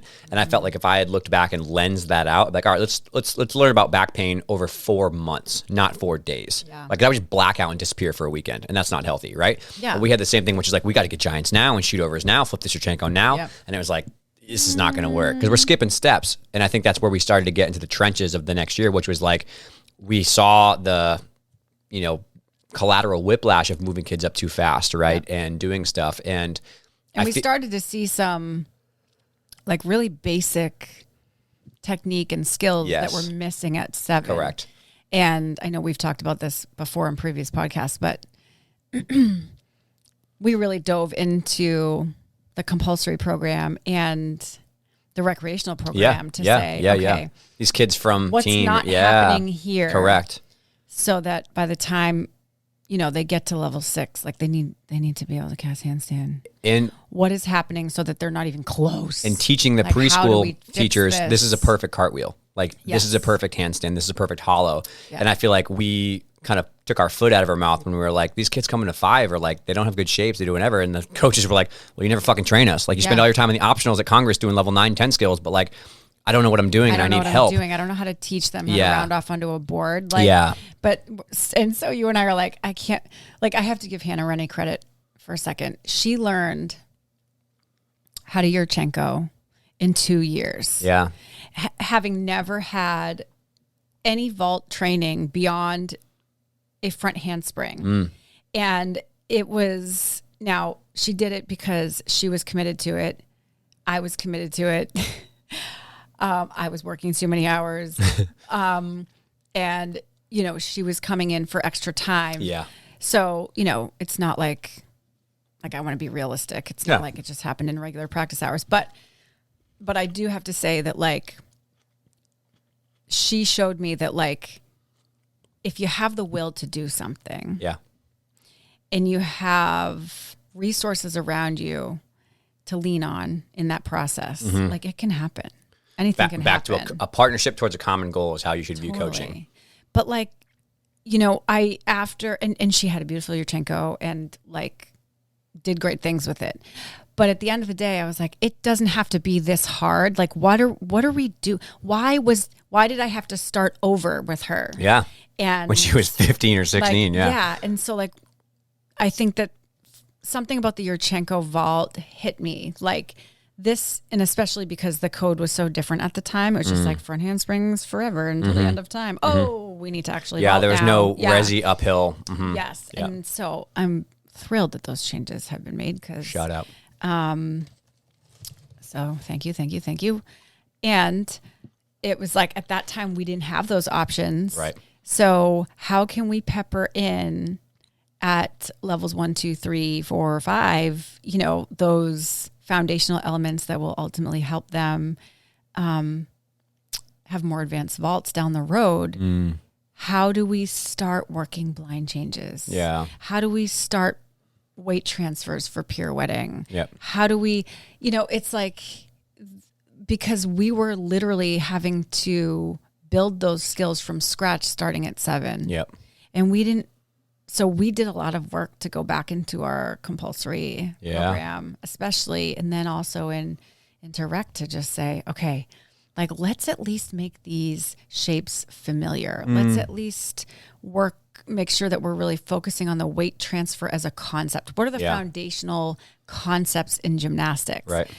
And so that's when I came up with, like, for each event, what are the foundational concepts on, no matter what level? So parent-child to Simone Biles, like, no matter what, you have to learn to run if you're going to vault. Nobody does a standing vault. So you have to learn to run. Yeah. So the preschool kids have to learn how to, proper run mechanics. And Simone Biles needs to know how to run properly. So it's like, no matter where you are at on this gymnastics spectrum, the run is one of the many key foundational elements for vault. So that's one example. And I went through each event and, like, it started as like a 7-page document. I'm like, I need to get this on one page. Yeah. What pieces of this can like fall into other buckets, which is hard for me because I'm always like so detailed, and I was trying to pare it down. And so I finally did. And it was like doing that work, although it was like at 11, 12 o'clock at night. Again, the whole work-life balance thing, but it's like that was necessary time. Yeah. Because I needed the focus. I'm a person that needs to, like, not be distracted, not have distractions around me. So I had to wait for everyone to leave the gym to actually be able to dive into something like this. Kind of like how you dive into your holes and then we can't find you. Yeah. So it's like, but doing that really helped the instructors. It really helped the coaches kind of go like, oh, right. If we're not focused on these basic elements, these basic shapes, then, like, what are we doing? Yeah. And it always haunts you down the road. Totally. And it helped build a stronger foundation. Like we were already building stronger foundations for our culture. Yeah. We were already building stronger foundations for just that, the general concepts of, like, take responsibility for yourself, for your own gymnastics. Let's make sure we're rooted in our core values. Right. But there's many parts of a foundation. This is what people forget. Like, there's lots of kind of areas of the foundation, and there can't be cracks in any of it. And if there are, it's like, okay, but this is going really well over here. Well, yeah, that's because that side of your foundation is rock solid, but like there's some cracks over here. This is why this part is slipping down.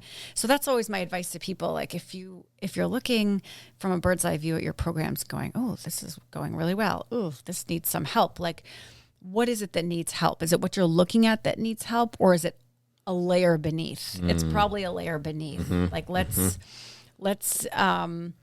re-pour the concrete, so to speak, so that whatever we're building on top of it can stand tall. Yeah. And I fear that there's a lot of programs that are, like, just trying to fix the surface level thing over and over. What's the phrase you're putting lipstick on a pig? Yeah. It's like, no, that's not. But, and then and I feel badly because it's like, oh, we're so frustrated. We keep trying this thing and it doesn't work. So then, we failed fast on that and we came up with another idea, and it only lasts 6 months, and now it's just not working. It's like, okay. Yeah. Like, we got to stop trying to, like, build. Yeah. More. Yeah. Before the bottom. But we got to figure out what's happening down here. So, and I think you're pointing to, like, the perfect dovetail of what the next, like, topic of the year was for that, which is that, like, the things that matter the most are fucking hard, like, very fucking hard. So hard. And I remember, like, going through that being like, you get all jazzed up and you get excited and you, like, tell me if they're good. You get all jazzed up and you get really excited and you have this initial momentum over, like, oh, this is going to be so great. I got these drills. I got these new ideas. And then, like, 2 months go by and you're like, oh God, the slog of February and season is here. And, like, we still got to keep going, And there were so many things, like, changing the culture in our gym, and then also trying to convince other people in other areas of the sport that I was consulting with. Because by 2 years, Shift had, like, a little bit more of, like, a social media presence. And so I was posting a lot more and stuff like that. I just remember being like, it's so hard to change. You just got to keep, like, posting and, like, sharing the ideas over and trying to talk to people, going to gyms and donating your time for free. I remember doing that a ton, like, just staying extra and doing all the work. Like, it's hard, bro. It's hard. So, like, the cultural stuff, I remember, like, going back and, like to your point, which is like, okay, okay, we need to learn a handstand from scratch again. 13 years old, 14 years old. Like, that is hard to convince the kids to go back to doing basic cartwheel and round off drills. And oh my God, tapping on dismounts. That was the bane of my existence for people. Yes. I was like, you can't do a double until your tap swings are good, until you're giant. You can do a giant to a flyaway in a layout position and not pull into the bar.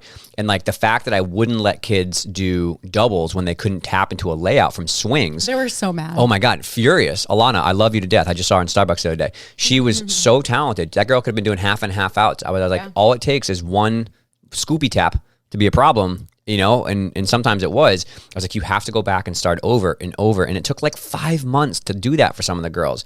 Like just the basics of the basics of the basics. And then also with Shift too, like at that point, Shift was not making money. Shift lost money for a year and then broke even for 2 years. And so at that point when I was just like, I don't know how to run a business. I don't know what I'm doing. I'm just putting shit out for free and trying to consult with people and trying to share. Like Shift almost went bankrupt that year. It was like within like probably like, I would say close to probably like $4,000 within going bankrupt from like, it's very expensive to run a website and do marketing and do all that kind of stuff in your time that I wasn't in the clinic. And I was like, okay, well, like if this matters, back to the first point, which is like, don't do it unless you genuinely love it and care about it. Cause like I remember rebranding Shift on a Friday night going into Saturday morning because I didn't want there to be like a hiccup in like the presentation. I was like, I have to change everything over in 12 hours or else like it completely ruins the website. And I stayed up till 4 a.m. one night and then went to practice at 8 the next day on a Saturday morning. And I was like, all right, like you don't find the motivation or fortitude or drive to do things unless you actually give a shit. But there is no way around it, is that Shift was hard. Changing the culture was hard. Changing ourselves as coaches was hard. Like, and I think sometimes people I certainly didn't have a good representation of how hard it was. Because I thought it was gonna be like really, really hard. And then I got to a point where I was like, oh my God, it's taken 10 times longer than I think. It's way harder than I ever imagined in my life. But like I have a visual in my mind of what a positive outcome is. It's like we love going to the gym. The girls are happy. We've made positive impact on their life. Shift is making a positive impact on people. And I can also make some money to pay off my loans. They're burying me right now. Like all those things in my mind were like, okay, I'm doing the right thing. There's small breadcrumbs that we're moving in the right direction. But the entire year, I remember the entire year was just like, this is hard, but keep going. This is hard, but keep going. Visualization goes so far. It does. Like anchoring yourself in that visual. Visualizing your beam routine. Yep. Like that's what most people don't know, is that if you can just have a vision and keep it on the screen of your mind, to the exclusion of everything else that you can physically see in your environment, and you just keep it there, regardless of what you see, taste, smell, touch, right? Here, that all of that is really just what's in your present environment. Yeah. Having that vision of what it could be and sticking to it and just being laser focused on it. And every day doing at least one small action. Like what is one step you can take in that direction, as opposed to just kind of spinning your wheels or spinning in this cycle of like, what are we doing today? Is any of this shit meaningful? Are we just spinning around in a circle and not going anywhere? Like get off the hamster wheel and take some step. Any kind of step in any forward moving direction. Yeah. And then, doing that can help you kind of break out of whatever it is. I mean, I remember you walked in one day like a ghost. You were like, we hadn't done anything. And you walked in kind of sweating. And this is when Shift was on like bankruptcy. The rocks, yeah. And also to be fair, I had a very problem with disorder eating then. I was working out way too much and I was like, but anyways, yeah. I was like, have you eaten today? Yeah. I have snacks in my drawer. Go get one. I'm going to stand here and monitor you while you eat it. That's a topic for another day, but you got through it. Good job, Dave. Yeah. But I do remember what you're talking about. It's like walking in being like just being like, you were like a ghost in a shell. Yeah. Just absolutely drained. And I was like, and you're like, I don't know. I think I'm going to like Shift is going to go under. I'm so scared. Like you were scared. You were scared, buddy. Like I was like, oh my God. And you hadn't really, that was the first time that you kind of like said something about it. Like I knew something was off and I could tell you weren't eating, but you were still like crushing it in the gym and doing all the things, and you were working out with the kids. And I was like, okay, he's working out something here. What's going on? But that day that you walked in, I think you probably saw my face, which I'm not very good at controlling my facials. Blessing and a curse. I think, exactly. Yeah. I think you might have known in that moment that, like you were going to have to tell me, or I was going to really rip it out, squeak it out of you. But I was grateful that you did. And I remember thinking to myself, and I might have even said it out loud, I can't remember. Oh my God, Dave, you could make so much money doing all these things. Yeah. Why are you giving everything away for free? What are you doing? Yeah. And you're like, but it's not about the money. I'm like, but you need to eat. Yeah. And not be stressed. And so like, is there something you can do? I made the first ebook. I didn't know what the answer was. You figured out what the answer was. But I think I might have been the one, and I'm not giving myself the credit here, but I just remember saying to you, like, there must be something that you can do. There's a billion ways to earn money. Yeah. Like, go provide a service to earn money. Yeah. That was a whirlwind in that moment. It was a combination of learning to be a CEO in real time, by yourself doing all the work. And then it was also, that was the start of my like inner, this first job that I took is maybe not as awesome as I thought it was. And I'd like to leave. Like it was right in that moment of like not feeling great about my PT job. And then also, inside the gym of, I feel like it requires so much of me time-wise and effort-wise that I have to just do all three. And I do not recommend this, and I would go back and do it over again, but I worked from the first year up until the 6th year of shift, I worked 80 to 90 hours a week, 3 jobs for 8 years, 6 to 8 years. And that was so unhealthy. I don't know how you did that. It was so unhealthy. I would literally like wake up at 5, read for 2 hours, work my job 7 to 3, go work out, come to the Y, work from 5 to 9, go home and like read for an hour and go to bed. And then on the weekends I was studying and stuff like that. And like, it helped me get to where I needed to get for sure. But again, back to the point of, I would have gone way slower and paced it out because like, there's no rush, man. Like now looking 10 years back, like the fact that I learned a bunch of stuff in 2 years didn't make me get the job at Champion faster. That was just like a combination of like, I'm studying for my boards and I'm shadowing here. Like I knew a lot, so I think that's you had some shit to get out of your system. Correct. Yeah, exactly. And I think that period for me was realizing that like, this is not healthy. This is not sustainable. And to your point, which is like on a business side is like, you can make money and help the world at the same time. Like it's not unfair to think about it. And I do remember like, that's when I wrote the first ebook that was like, all right, $30. Here's everything I've learned in 3 years about back pain, shoulder, hip flexibility. I can't believe I'm spitting on your microphone. It's okay. Sorry. That's what it's made for. There's like a goldfish on it. Okay. I can't believe you are selling this for $30. Yeah. Yeah. I was beside myself and I was trying so hard to not get in your way. You were on a mission. I respected the mission you were on. I was supporting you endlessly. And I wildly disagreed with your price point because I was like, you're like devaluing all of your work and your time. And like, I was in the trenches with you, man. Like I was like, I remember there were a few nights where I was like, okay, guys, we're going to move to some dance throughs. I'm going to go to bars with Dave. Because I was like, he's going to fall off the spotting block. Like, this is not even... And I remember you being like, what's up, man? You're up here to help me spot? I'm like, let's do it. Yeah. And I think I might have pretended like I need you to teach me something. That was a good Trojan horse moment of just like sneaking it in. Yep. Like disguise. Yeah. Like I forget how to do a thing. I forget what it was. And, but I was worried about you. And I was like, why would he do all of this work? Why would he spend all this time? Like, this is precious info. We're like watching it evolve in our gym. Yeah. This info, if everyone else is willing to invest in it, is going to just change gymnastics as a sport. And it may go further than that. Again, this is what I'm thinking. Yeah. And it has. But at the time, I was like, this is like big. This is bigger than gymnastics. This is bigger.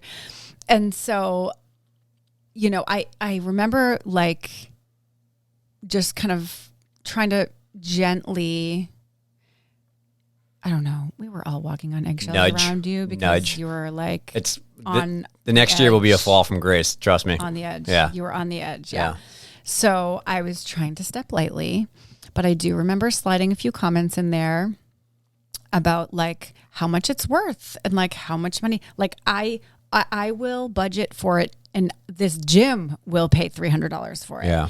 And you just looked at me and no fucks given.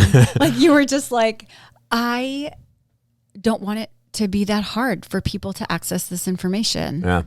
If this is truly what you think it could be, if it's truly going to impact gyms across the world and beyond, then like people need to be able to access it. Yeah.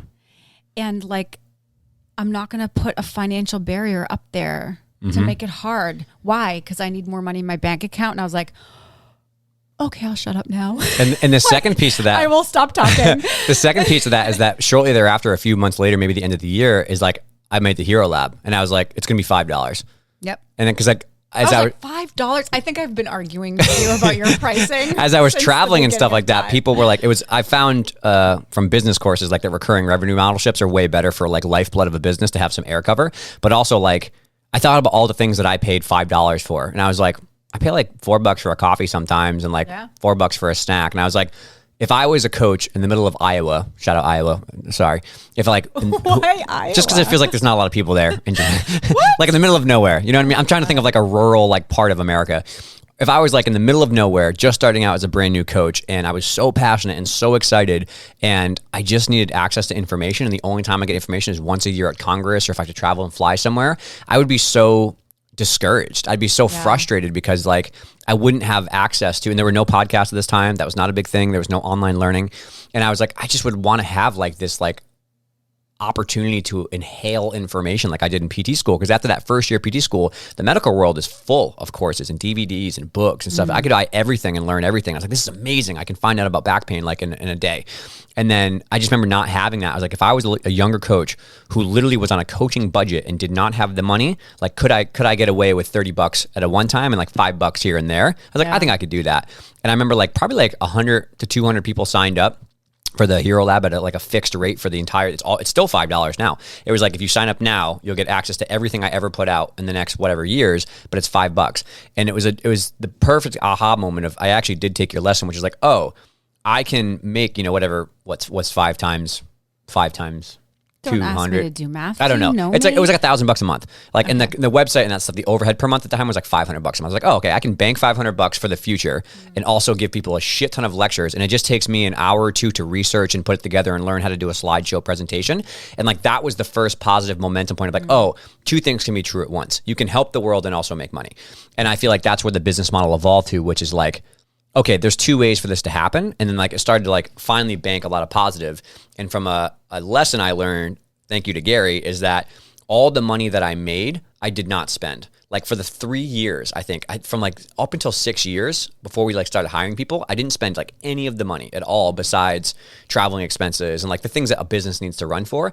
But I paid myself little to none, and I used my physical therapy and my coaching money to pay for my loans. And I still live in this tiny apartment that I love from 10 years ago. All my friends were moving into houses and like doing these things, even like before they were married. And I was like, I think I just want to live in this cheap apartment and like save my money and just like, you know, the quote that always hit me from Gary is the person who holds their breath longer wins. So it's like everyone's trying to gold rush this thing in gymnastics to do this online learning. And I was like, if I just save my money and keep giving value and keep giving value and keep building an audience and keep growing a brand, I was like, I feel like down the road it'll work out. And I just trusted my gut. Shift all started from, in that book and everything else was like, this feels like the right thing to do. I don't want to look back when I'm 80 and be like, I could have helped a lot of people in gymnastics in this niche that I know really well, but I just didn't want to work hard. You know, I would have been so regretful. I wanted that house, or I wanted that new something. Correct. Yeah. Clothes, all that kind of shit. And like, that was a really great Good lesson. for you, Dave. Well, it's not for me. I learned it from Gary. Because like for a couple, but you did it. Correct. For a couple years though, I was balling out though. A couple years I was balling out, and I was like going out to the bar, and I was buying drinks for people, and I was buying new clothes. I was buying stupid shit I don't use to impress people I don't like. Like all that stuff was happening, right? Well, here's the thing: you made a conscious decision at one point to change your habit pattern. Correct. It's like, this isn't just about you. This is about everybody. Yeah. If people are in the habit of spending more money than they make, Yeah. then would making more money change Yeah. anything? No. Yeah. If you make, I'm making this up, $50,000 a year and you spend $45,000 a year, right? Math. If you suddenly find yourself in a situation where you're making $100,000 a year, You're going to spend 95. are you going to spend 95? Yeah. Most people will. Yeah. And because it's a habit pattern that they're in. You like acclimate to that bougie lifestyle. Yeah. It's like, you know. And comparison, keeping up with the Joneses, Keeping up with the Joneses. Sarah bought a jacket, so I need a jacket. Which is part of the, Yeah. if that's part of your kind of cycle or your paradigm, Yeah. It's about shifting those paradigms. Oh, did you? Zing, bazinga. Shift. I think Can we break the habits of being ourselves and reinvent our new self? And can we do that for our gyms? Yes. Like how does this apply not only to individuals, but to our gyms? Yeah. If you were, you know how people say like, would you like you if you met you? Well, think about that in terms of our gymnastics programs and centers. Like, if you were on the outside looking in, if we think about what makes up a personality or a vibe or any kind of situation where people are involved in coming together to do something, which we obviously do a lot of that in our gyms. Would you like the personality of your gym? Would you hang out with your gym? Yeah. Yeah. I know it sounds weird, but it's like the emotional tone. But think about it. Like, are people happy? Yeah. Like, can everyone hit the pause button and just take one day to walk around your gym and observe as if you were an outsider? Are people generally happy? Yeah. And ask the coaches and the kids and the parents, like, do you like it here? Do you enjoy it? Do the kids love it? Yeah. Are the parents having a good experience? Yeah. Are they having a good experience, as they come in to watch their kids or drop off or pick up? But also, how's the experience at the dinner table? Yeah. When they come home? Right. How's the car ride home? What do they say about the gym when they're by themselves? What do they say about the gym? Yeah. Are the parents expending so much energy trying to talk their kids off a gymnastics ledge all the time? Do the kids have anxiety when they pull up to the gym in their car? Like, ask the questions. Yeah. Ask the questions. Yeah. I think we can't be afraid to ask the people how they're doing. Yep. Are the coaches happy? Yeah. Are they excited about what they're doing? Are the kids having fun? Are they meeting new friends? Are they learning new things? Mm-hmm. Are we, in that, those three, those are my three things. Are we having fun? Are we meeting new friends? Are we learning something new? Well, that applies to your coaching staff too. Yeah. Are the coaches having fun? Are they finding joy in what they're doing? Yep. Are they building relationships with each other, with their athletes, with the parents? And are they open to learning new things? Like, are they on a path of continuous learning and education? And, how can I master my craft? Yeah. So I think we can look at that at every level. How do the parents evolve? You think about when they enter level 1 to, gymnastics, and it's like they're in the office every day asking a bazillion questions, and we're doing a lot of hand holding, which I actually like to do. I have patience for it at that time. It's like we're onboarding the parents. Exactly. When their kids move to level 5, do we take a second to pause and look at where the parent is at? Yeah. Are they still in your office every day? Are they still asking like panicked detailed questions about how much bling is on a leotard? Yeah. No.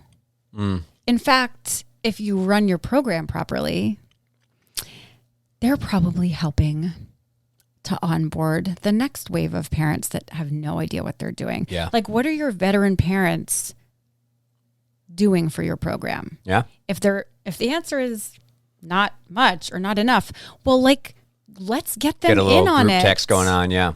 Let's get them in on it. Yep. Have don't be afraid to have a parent advisory committee or a veteran parent meeting or check-in. How you guys doing? I'm feeling like the vibe of the gym is this.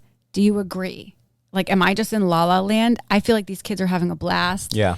The coaches are having fun, and I'm seeing their skill progression. Like, some of it is like the proof is in the pudding. Like, we're coming home with some hardware. Like, it feels good. This is gymnastics. We play to win, of course. But like, what else? How else are we winning? Yeah. How can we be better? Yeah. Because we can't settle. We need to always look at how we can be better, and you have to bring your people in. You can't be the one with all the ideas all the time. This is a big lesson for Eva, right? Like, ask the humans. Bring the people in that are investing. Like, by the time these kids are level 7, it's like, think of how much time, money, energy their families have invested in the sport of gymnastics. Ton. Have we thanked them for that lately? Yeah. Yeah. Thank you for your support of this program for so many years. Yeah. I was in this time, I remember I was trying to seek out a lot of leadership books in this time about, like, you know, what do the best leaders do, and like, how do they present like things to the parents to be well. And I remember I don't know his name, but he's the CEO of Whole Foods. He might not still be, but he was on a podcast and he essentially said that for people to feel valued, right, to feel like it's worth their time. So this applies to parents, the coaches, the kids.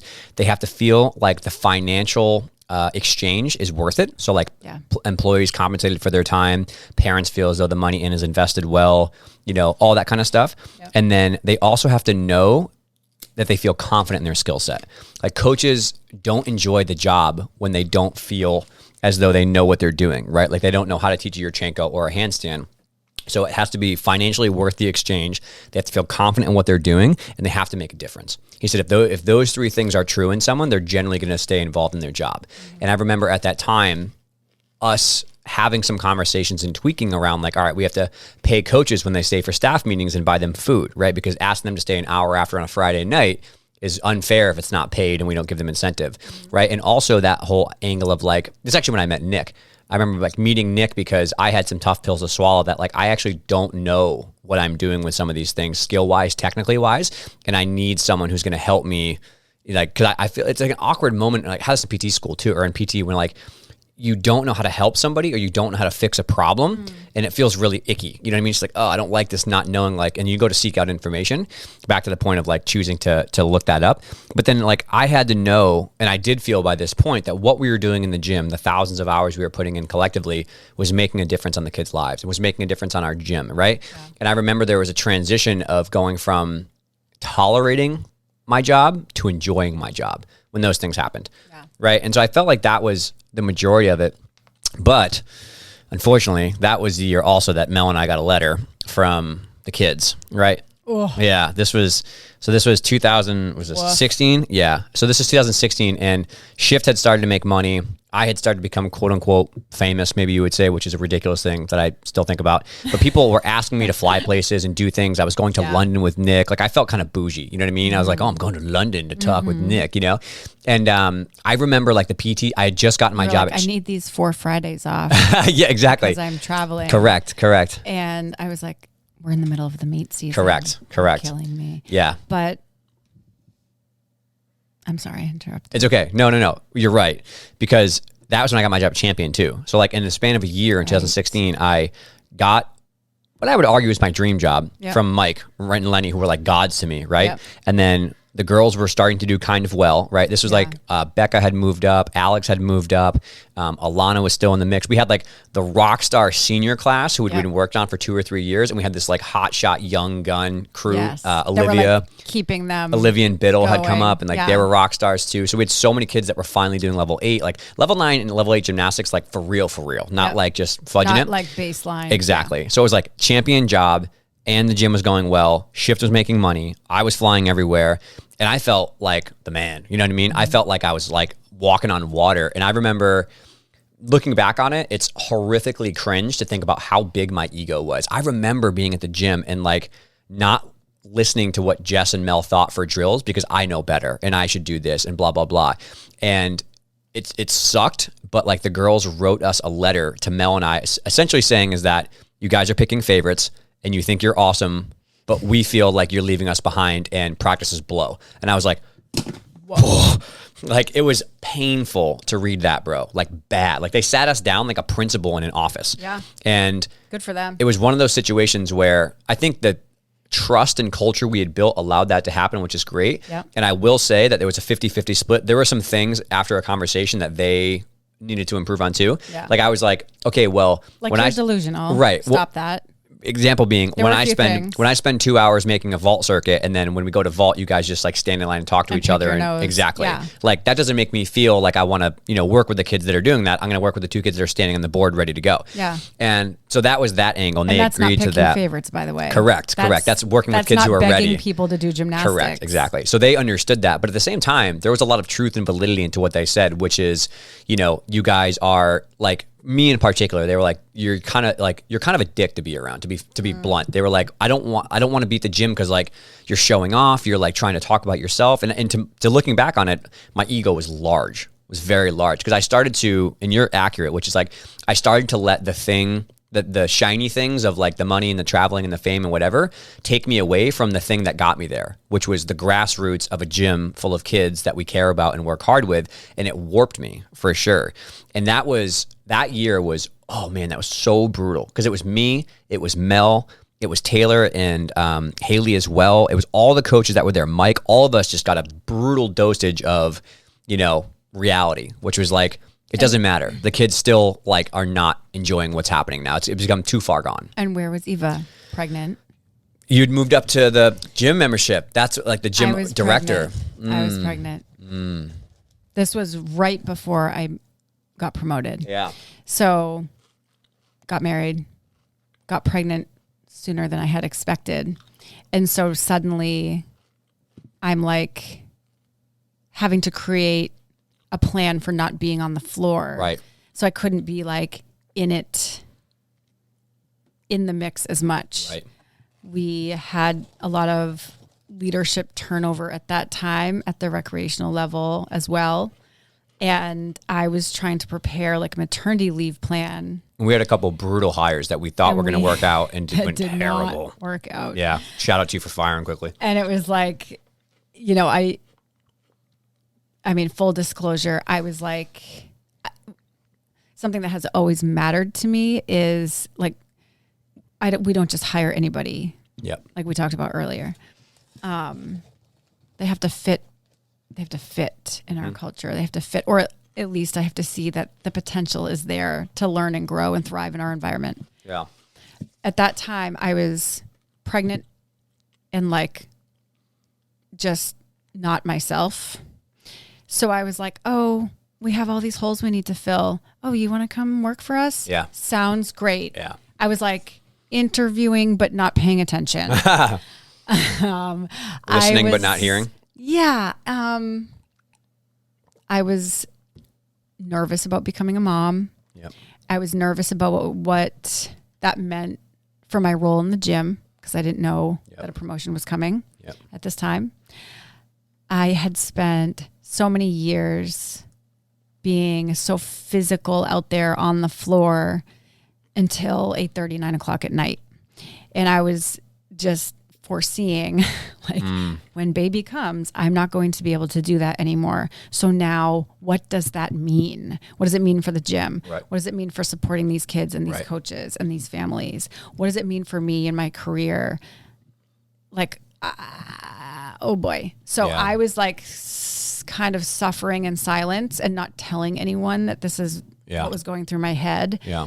And you and Mel and others were coming to me being like, okay, we need more coaches. We need more people. We need or certain things, like certain people are not a good fit. Like, I remember that a lot. We're like, this person's not a good fit and you're not here anymore. So you can't see what's happening. Can't see it. But And I'm like, oh, they're fine. Just give them a chance. Back to the tough love. I remember many times this has happened this way where you give me tough love and I just take like a champ. There was one time I went to Atomic, the cafe, and I sat you down. I was like, listen, this person is an awful hire. I was like, they're not on time. They're arrogant. They're egotistical. The kids don't like them. And you were like, but they're so wonderful. I'm like, I'm telling you, this person's not a good hire. And you're like, okay. oh. And then like you Scary like, tones. yeah, Yeah. I was like, we are miserable. Like you hired someone who you thought was great, well-intentioned, but like they are making our lives, they're gossipy, they're cancerous, they're just going behind our backs. Like they're talking to kids for 8 hours when they should be working out. And you were like, oh God. Like, and we let that person go. Yeah. Yeah. Let that person go. Thank you for. But that speaks to one, how one person can definitely be toxic and you have to address that right away. You've always been very good at, not being afraid to let somebody go or have a polite conversation with them in an elegant way when it's like, this is not a good fit.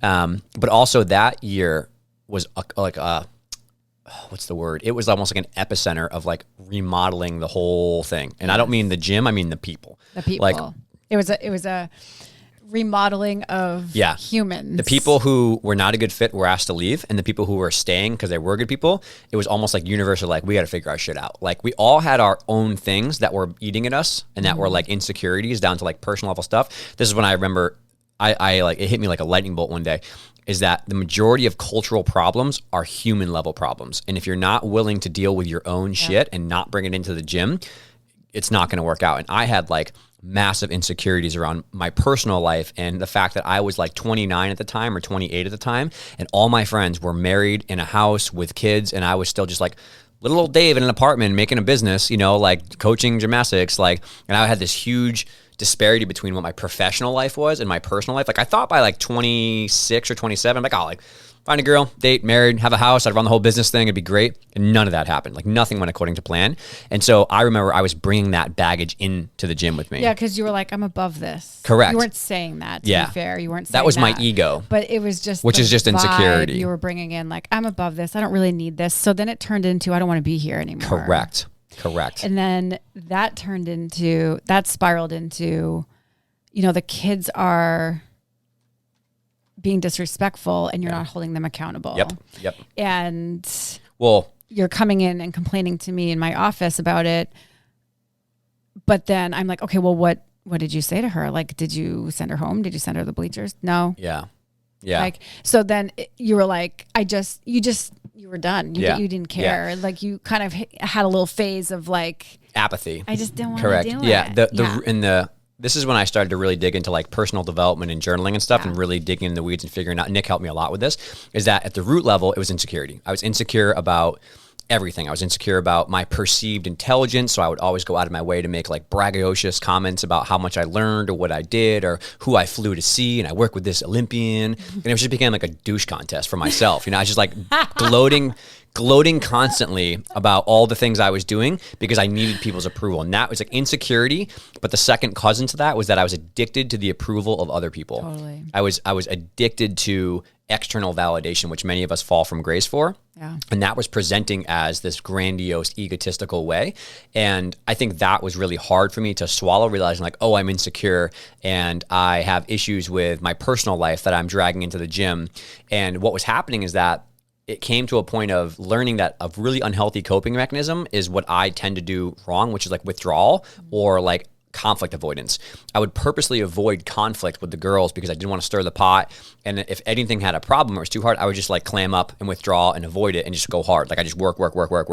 And all that did was create resentment with the people that I worked with, and also just like let the dragon burrow and grow larger and larger and larger until eventually it was an absolute like blow up, you know, nuclear explosion. And I wasn't helping either because I was like, I mean, I love my kids. I have 2 boys and they're the best. But this was my first pregnancy and I was having a really hard time being pregnant. Yeah. So I had my own emotional baggage with that. And it was like really, I wasn't leaning on my resources. I wasn't taking all of my own advice. Yes. I was not being who I wanted everyone else to be. So everyone suffered because of that, because I am and was the leader, and because I didn't have my own shit together. Yeah. I couldn't help everyone else get their shit together, or I couldn't even see that things were falling down. Yeah. And like sand through your fingertips. Yes. It began to slip. I felt like it was terrifying. I felt like we had a 4-year loop of like making accountability the priority and like working at it and seeing improvement. And then we lost that accountability and it became ego. And it was like a slap in the face or like shaking someone to wake you up and being like, you're drifting and it's not causing it. We all had, and it's a big shout out to that crew that was there coaching, Mike and Taylor and Haley and Mel and everybody else I'm probably forgetting. Everybody knew they had their own issue that was like icking them, and they were dragging it to the gym. So I remember it was like it was her knees, and it was like her issues with CrossFit and stuff like that that she had to work, and school was a big part of her. And she was in pain. Exactly. Which we found out later. Exactly. But she was accountable, and she was willing to deal with that head on and talk about it and be much more open and communicative to me about like, I'm just really having a tough day. I can't coach beam. Like, I'll be there, I'll spot, but please make the plan. Like that open communication. Yeah. I had my own issues, like I said, with insecurity and ego. You had it with being a mom. I remember Haley had it with like working out, and Taylor had it too, with like wanting to like do something with Nick at the time. Like everybody had their own personal root level like cause of their insecurities and what they're presenting as like an issue, and everybody was bringing like 10% extra bullshit to the gym. Yeah, and picking girls on each included. other. Exactly, girls included. The girls that we coached included all had their own drama. And so I had everyone come to me being like, well, like talk about picking favorites. So why does Mel get to sit on a mat without a staff shirt on? Yes. But like when we sit down, we get reprimanded. And it's like, okay, I'm doing a terrible job communicating because like Mel stands for more than 20 minutes and her legs blow up, right? Like, so it's like, I wasn't even like putting in the effort for the basics because I was so exhausted trying to create a baby. Yep. Like grow a human. Like it's just crazy. Like, but it was hard to find the energy for everyone.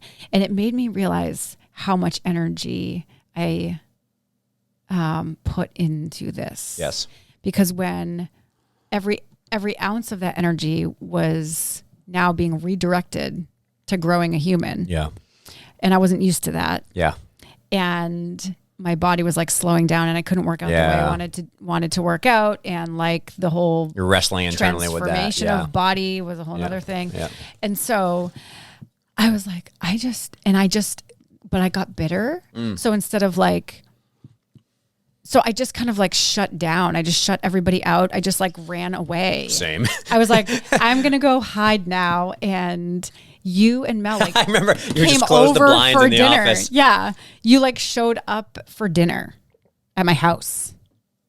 Do you remember that? Mm-hmm.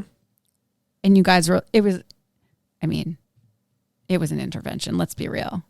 Because you were like, we can't anymore. Friends are for. We can't do it. Like, it's just, we can't do it. Yeah. And it was like the looks on your faces. And I think it's because we were out of the gym. Like, you're sitting around my dining room table. And I like had this big belly and I was exhausted, but I was like, shit, like I have to pay attention to this. I can't just hope that they can handle it and push it away. Yeah. And even though that's what I wanted to do, I'm going to sit here on this mic right now and admit that I was like just hoping that you were going to take care of it. But also knowing is that you were 8 months pregnant and you were going to be on maternity leave for 3 months. So you were going to be like, gone. Yeah. Yeah. And then, so there was a part of me that was like, I need to like back off and like let them handle it because I'm not going to be here for 3 months. So like what decisions would they make if I wasn't here? Kind of like the bus plan. Like if I get hit by a bus, like who's driving the bus now? The new bus. Like who's like leading this effort? And so I have my boss who like doesn't have the whole picture saying to me, you have to like let them figure it out. Yeah. It's productive struggle. Just like if you can't always save everything. You can't, if they're floundering, it's fine. Like you're not going to let them drown. But like you guys were already drowned. Like you were already up to your eyeballs. Yeah. And so I was getting all these like conflicting opinions. And I think in that position, I remember hearing that discussion from you in that point and agreeing with it, but also at the same time is that some of the problems that we had were above our, I don't want to say pay rate, but our like status to fix. Like I can't fire people. I can't hire people. I can't change schedules. I can't change who's working at practice because we have 2 coaches and 25 kids. Like I remember like me being like, yeah, but we can't do anything about X, Y, and Z. And you being like, oh, right. Like this person who I hired and I put in control, who I thought was going to work out, or this plan that I made or these programs that I made. Like if they're not following it. Correct. And there was, and I think that was the thing, is once you were able to step in as a leader and take care of the things that are unfortunately on your plate, it's the hard thing to do. Like nobody wants to have that conversation of a difficulty, right? But as you did it, then once the restructuring happened, it allowed us like, okay, now we can breathe and now things are vibing. The people who are here are good. And we actually were solid for the 3 months that you were on maternity leave. It was just that like the chessboard had to be rearranged first before you let us sail. And I was so stuck on like, what do you mean? Everybody has everything they need to be successful. I have organized this. It's all on a nice, pretty silver platter. Just go do it. Like, what is the problem? Like, I was so stuck on that. And it's like, well, it doesn't matter how great your plan is. If you don't have the right people in place, forget it. Or if you have that one person who's like a cancer. And so I just, like I have in my notes here, like, are we willing to break free from our old conditioning and create a new version of what the gym can be? And that's kind of where we were at, I feel like. Because we were very aggressively strayed from the pack of what a normal gym should look like and what a normal gym should do. With at that point, we're going to CrossFit gyms and lifting twice a week. We're sacrificing our time. We're getting on a bus and a van. We're driving kids to the gym, right? We're telling the parents that you're not competing unless you do 7 on hard every week before a meet. We're not moving kids up because we have these red light, yellow light, green light systems we made. And that's not allowable if you don't show up for 80% of your attendance or 90%. And so we were so far from the pack of what we thought a great gym should be and what we should do to be happy. But at the same time, it was like a contrast between like, okay, but in our little bubble, we're fucking some things up. You know what I mean? Like we definitely don't have it all figured out. And we have to be willing to admit that like we've come so far, but there's still a lot of things that are not really quite jiving. That And then the end of that summer was the Olympics and was the scandal breakout. Which was crazy because I remember us like when that broke free and kind of came to light, we were like, this is horrific, but wow, we are so different than many, because there was obviously like the sexual abuse part of that whole situation, which was the most horrific and the most important to deal with first. But the underlying cause of what allowed that to happen was like overly aggressive, toxic gymnastics cultures around, like in some spots of the sport that fed and allowed that whole, obviously the big person, but many other things to happen, was like the fact that some gyms were toxic and were unhealthy and abusive. And I remember we were being like, wow, we have worked so hard in 5 years to get away from that. Like our gym is, the kids like coming here, the coaches like being here. Like we're got that worked out. But that was, I remember that all happened. And I was at that point traveling quite a bit internationally and here. And I went, oh my God, where did I get it? I went to a bookstore. I got the ESPN cover. I have it in my my room. It's Simone in the cover, and it's a story from Allie and Simone about the whole situation. And I sat in Panera, and I read it, and I was like angry. I was, motivated. I was so many emotions at once because, to be very blunt, I was a male medical provider working with 20 to 30 gymnasts in the clinic per month, coaching girls gymnastics. And I was like the echo of, what used to be nothing so great in a gym. And like literally Shift was doing well. And then like within a month, it went parabolic. It just like, it like exponentially, like I remember the website traffic. I looked at the website traffic for a month one time and it was 400,000 views on articles about culture and strength and conditioning. And I was like, what is happening? At the same time, I was getting so many emails and so many messages about like, well, what do you think should change about like the culture? And like, well, what would you do differently? Because like something's bad here. Like, and that was like a whole year of fallout. But like Shift went from like mildly popular to like multiple countries, millions of viewers, like exponential, like craziness. And I was just like, holy shit. Like this is, I never in a million years expected it to go beyond that. And it sucks that it took something so bad to have that to happen. But at the same time, I remember being like, I have to make every decision through the priority filter that we have at our gym.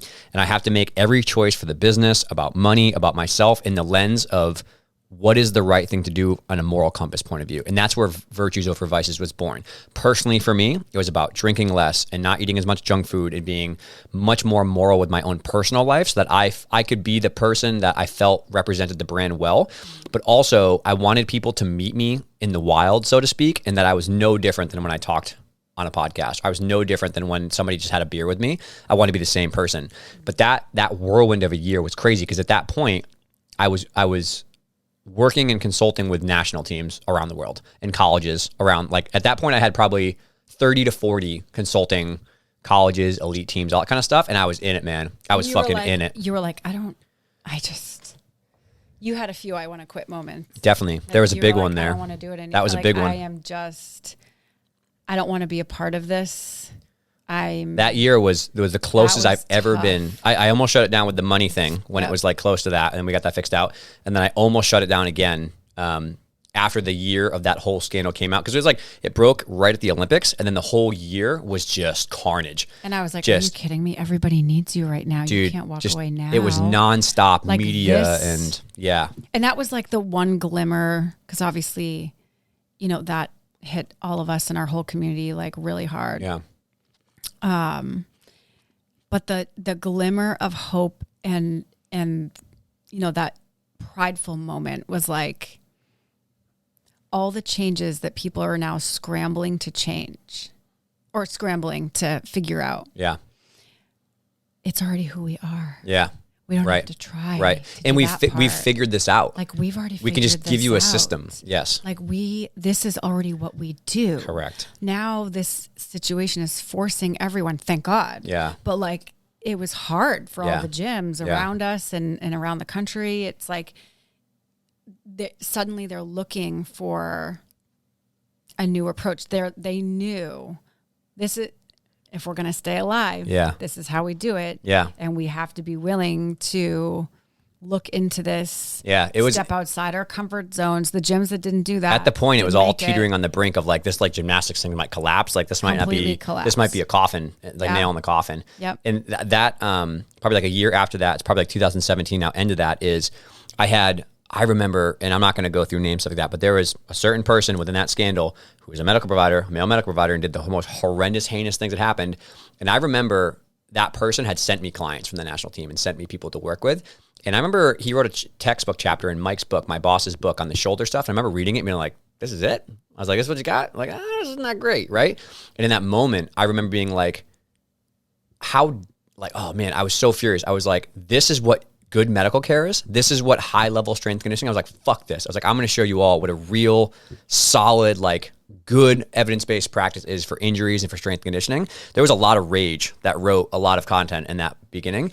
And the other piece of it was this is a moment in time where like if Shift imploded financially, but I got this done and I helped people, this will be worth it. And I wrote the book. I wrote that giant culture book. I canceled like 3 months worth of meetings. I drove to my lake house in Maine. I brought a bunch of food, bunch of snacks. And in 5 days, I outlined the book. I remember covering up the clocks in my camp house in Maine. Oh my God, you didn't tell me that. I covered up the clocks so I wouldn't be distracted by time and know what it was. I didn't bring a phone. I didn't bring anything for 5 days from Thursday to Monday. When I woke up. I wrote until I went to bed. And I woke up and I wrote until I went to bed. I remember you being like, I'm going to camp. Here's the address. Yeah. Like, I was like, why is he giving me the address? Yeah. It's because you needed someone to know where you would be if no one could find you. Correct. Because there's no Wi-Fi up there. Yeah. There's no internet, no whatever. And I remember that I would like once a day come out and like look at my text. So I'd like hold my phone up to the clouds and get service to make sure there were no like, oh shit texts. Yeah. And then I would leave my phone on the desk when I walked back in and I would just walk in. And in 5 days, That's discipline right there. Yeah. Good for you. And I think that like, well, again, it was back to like, there's a rare moment in time. I can either black out for a couple months and I can do it, or I can look back in 50 years and be upset. And so back to the whole price point thing is I outlined the book in 5 days. It took me 4 months to write it. I canceled every other meeting, but it was 18 chapters. And it was like, I think it's like 500, 600 pages. People can still download it for free now. It's like every chapter is like, I was like, okay, if people's biggest barrier to change is money and that they don't have access to these like high level researchers or like, at that time I was around some people who were like hiding their secrets because they wanted to like have the status to like talk shit at the bar about it. I was like, all right, if the problem is money and access to information, I'm gonna eliminate those two barriers. I will give you that book is for free. That book is literally everything up until that point that I knew on flexibility, strength conditioning, workload management. Oh my God, it's pure everything, gold. culture, all the Pure culture gold. stuff, right? And so I remember putting that out for free. Amazing. And I had this moment in time where I was like, okay, like, do I charge for this or do I give it away for free? And my mom and a couple family members of mine were like, you cannot give this away for free. And I was like, honestly, like if I lose, and I never talk about money. I lost $200,000 in that book over the course of 5 years. If I calculated the sales, holy shit. If I did $30 for the ebook or $50, which it could have been more of, how many downloaded copies were happening? You extrapolate maybe half the people who downloaded that, it would have made like 200 grand over the lifespan of the entire book. And I could have monetized every chapter and everything. But I was like, my God. if I did that, I would sell my soul. I was like, that is the definition of who I don't want to be, which is why the ego thing was so important to happen, because I went through that year of just getting slapped in the face by like the people who I coach and the people I care about the most are saying I'm an asshole. And at that moment I was like, if I make money off this situation, I'll call it, I'm never going to be able to live with myself, because I monetize people's sadness and I monetize people's trauma, right? That in order for them to change and make positive progress, they got to pay $50, right? I didn't want that to happen. I was like, there's other ways I can make money, and all that kind of stuff. But I remember putting that out for free. And then I think over the course of the year, it got like 500,000 downloads in chapters and books and all that kind of stuff. And I was just like, if Shift blew up and I stopped completely, it would be worth it just like this is. It was in 2018, a year or like a year and a half after the scandal happened. And I was like, this is the right thing to do, right? My biggest ick of myself, I never want to become someone I hate, which is someone who takes advantage of an opportunity for their own personal gain by exploiting people. I don't want to exploit people financially for my own personal gain. And now that I look back at it, you could argue it was the best marketing stunt that's ever happened, because I had like a giant email list, which I then later sold products to. But in that moment, I can honestly say with all of my heart and fabric that I was like, this is the right thing to do. It's the only reason I did it. Amen. Which I think comes from years of back to the beginning of like, you work with people that are good humans and who work hard and have the same values you have, right? And I think that I've met so many people over the years that I meet at congresses or go out, listen to the podcast, and are like, I downloaded that one chapter on flexibility and you gave me so much information that I can then talk to and I became like the air cover middle ground for people to have conversations about changing their gym. They're like, yeah, well, like this Dave guy wrote about flexibility. He's got a lot of research articles, stat in it. That book has like 500 scientific researchers in it. It's like, so use me as fodder. Like I can take it. I can take the heat from professionally. I'd have no problem being a punching bag. I've gone toe to toe with some like old school Eastern European coaches, like on a national team conversation. Like I can take some heat from somebody who says that my flexibility article is not good. So I was like, use me as the point of contention to change things and change ideas. And that was you practicing what you preach. Correct. Because a lot of what was going on with these scandals was people using their power for their own gain. Correct. The monsters were doing that. Accurate terminology. So, and you didn't when you could have. But let me ask you a question. Yeah, I'm happy to answer all these unknowns. Because I've never talked about this kind of side of it until right now. Do you believe that you get back what you give? Yes. Tenfold. I think what I've gotten in return in terms of the people I've met, the connections I've gotten, the emotional ROI is 300-fold. Because the people that I've met who connected me to the book, I met like so many people from that book in every field of gymnastics, strength and conditioning, research. Like that's how I met Ellen, through a lot of those connections. And that allowed me, that year is also the year I started the podcast, because I was starting to get a lot more people asking, would I travel here or talk to this person, or could you consult with this?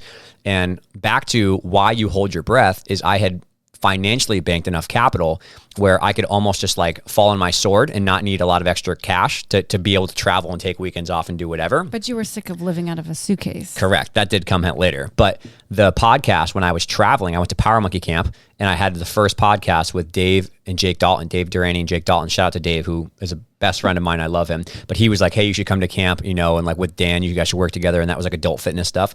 But we had a podcast with him, and then I did one with Jamie Shear. And then I had flown to Australia and done a conference and spoken to them. And I used one of their strength and conditioning ones. And then I did one with Nick.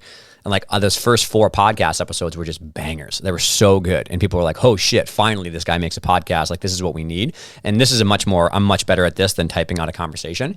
And the podcast was born out of the positive whiplash of the book being put out for free.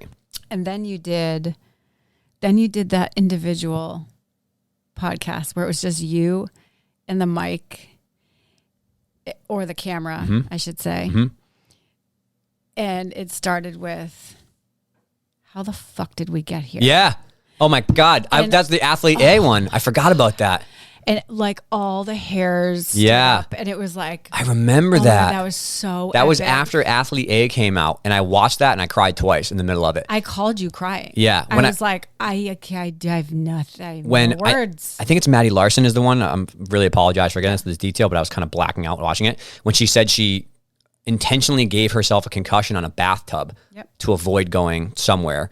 And I was like, that is like rock bottom, bro. I'm done. Yeah. And that was like a rage quit. I like made that video out of rage. And then, oh yeah, I forgot about that. That was crazy. But that whole year was an absolute hurricane, man. That year after it, 2018 to 2019 was interviewing podcasts nonstop. The clinic exploded with people who wanted to come. Like, I think I've been treating like higher level people. And then like probably in like 6 months, it was like a bunch of elites, a bunch of college girls, a bunch of like high level consulting work. You also became a mental health counselor suddenly. Yeah. Because they were like, I hate my gym. Yeah. Like, I'm here because I need like reconstructive knee, whatever it is that you do. But like, and I'm so miserable, and I'm scared of my coach. I don't know how to There was leave. so much of that. And or if it wasn't the kids, the parents were like back end like, so oh my God. If we wanted to switch gyms, how would we do that? Yeah. And you were like, oh my God. Like, I am not a trained mental health counselor. Like, I remember you looking at me one day going, this is a lot. Yeah. I was not ready for that. Treating people's physical I was not ready for that. No. I learned a lot of soft skills in that year because it was another like teachable moment, lesson learned is I made mistakes when I was like 2015, 16, when I started working with more notable people, I'll just say. I tried to kick the door in and jam the information down their throat. I was like, you need to lift, you need to land better, you need to do different flexibility, you got to check your workloads. Like percentage of people who gave a shit, 0. 0. I promise you that I can say this because I love her to death. Like Tammy Salcianu and Seren Salcianu and Miley were the first like big people I worked with. They asked me to go to a big camp and I like got in with all the people. And I remember just being like telling them these things. And like Tammy is so open to all these things. Tammy Salcianu is extremely open and extremely kind. Miley was like 12 at the time, 11 at the time. And I just remember them being like, they don't care. Like, I mean, like nicely, like I was like, you should try to change this stuff. And they were like, Is nicefully a word? No, but she was like, and one of the times I remember she was like, yeah, but we have Jeslo verification camp in a couple months and we have to do 10 more beam routines. And I was like, okay. Right. So we built up trust over time, and there's many more examples of when the response was not as delicate as that with some certain coaches. Ivan was always super open to it, but others just, again, they just didn't give a shit what I thought, and it's my fault because I tried to like kick the door in. And it became in this phase right after the book went out and all that kind of stuff, because I had gone through that work of the ego and stuff. It was like, all right, here's the information. The people who want this information and are willing to change and are willing to do the harder work, I will give you everything, all my time, and I'll charge you literally nothing. Buy me coffee, right? And we could sit there for an hour. I was like, the people who don't want to change, think they're better, think they know it all, fuck you, I'm done. Like, I just remember like a switch triggered to me, and I was like, I'm done chasing people around and trying to tell you what you need to do. And I actually got to the point where I started telling people, I was like, they were like, well, yeah, but like this gym only has these kind of like coaches. And I was like, okay, well, like, what are you going to do about it? They're like, we need to stay here. And like, I'm like, but you're getting injured. Like, it's not working. And they were like, but like, there's no other gyms. I was like, change gyms. And they were just like, oh, we can't change gyms. I was like, yes, you can. Gymnastics is a voluntary sport. I was like, your health is more important than your college scholarship. And they were just so baffled. Like, maybe I just got like battle hardened over multiple years. And I was like, fine, leave the gym. Like, I was so blunt with people, so blunt. And they were just like starting to be taken aback by it. But I just stopped. I don't want to say I stopped caring. I stopped chasing people who didn't want to change themselves. Yeah. And you can't, I learned very hard, you can't make anyone do anything. No matter, it has to be on their plate. They have to have an emotional catalyst that makes it hurt a little bit for them to want to change. Oftentimes it's seeing their star athlete get an injury, or someone like quits, or someone leaves the gym. Nobody wants to come back to the gym. People make choices every day. Exactly. And this was like, everybody has a voice and a choice. Yeah. This is an extracurricular activity. Correct. This is voluntary. Forcing you to be here. Like, this is not school. Yes. This is not, and I think that, we started to bring that back into our gym too. Just like when the kids were like, oh, it's like, well, like, And we had a lot of these too. Then just be done. Like, we're not doing this. Yes, we're not begging people to do gymnastics. Correct. If this is not where you want to be, correct, then find somewhere else to be. We had so many harm, pieces of this. We made cultural guidelines. That's where they came from, which is like, let's all sit down together and make a list and put it on the wall of the things we care about. You know, ego is the enemy. Was this family rules? Yep, this is family rules. Like, we can tell anyone anything respectfully and honestly, as long as you're kind about it. Like, all these things happened. And I think because the coaching staff dealt with their own bullshit 2 years prior, I used to be upset when we didn't have X girls make nationals or something happened or certain scores or whatever. I became detached emotionally from the result feeding my self-esteem. And that was really important, which was I did not care whether we had 5 level 10s or 4 level 9s or 8 this. If people were happy and hardworking and making progress, it was great. And because we had gotten to that place, there were times when I remember it was when Olivia came to us and she was a sophomore. She was really talented, could go up high. She's like, I want to go to boarding school and play soccer. And we're like, all right, cool. Like, do you, right? That's totally fine. And then somebody else made a different change. They were like, I didn't want to do college gymnastics. And like, now I really do. I want to go D3. I want to go to spring. It was Heather. I was like, all right, cool. Like we can do that too. And everybody from literally the most talented, most hardworking could have gotten a scholarship to the person who literally was like a 4th year level 7 and wanted to do fulls into the pit. We were like, cool. Sounds good. Like, as long as you're here and you're respectful and you work hard, then we're here for you. I remember one of the kids, I don't know, like, you and I used to touch base about where the kids were at. And so we were kind of like reviewing where everyone's at right before move-ups. Yep. And one of the girls literally asked you if she could stay on level 7. Yeah. Because she wanted to play softball or something else. Yeah. And might have said the words like, I'm fine being a career level 7. Yeah, you're correct. And you were like, I love it. Yeah. Can't wait for your speech at the banquet. Yep.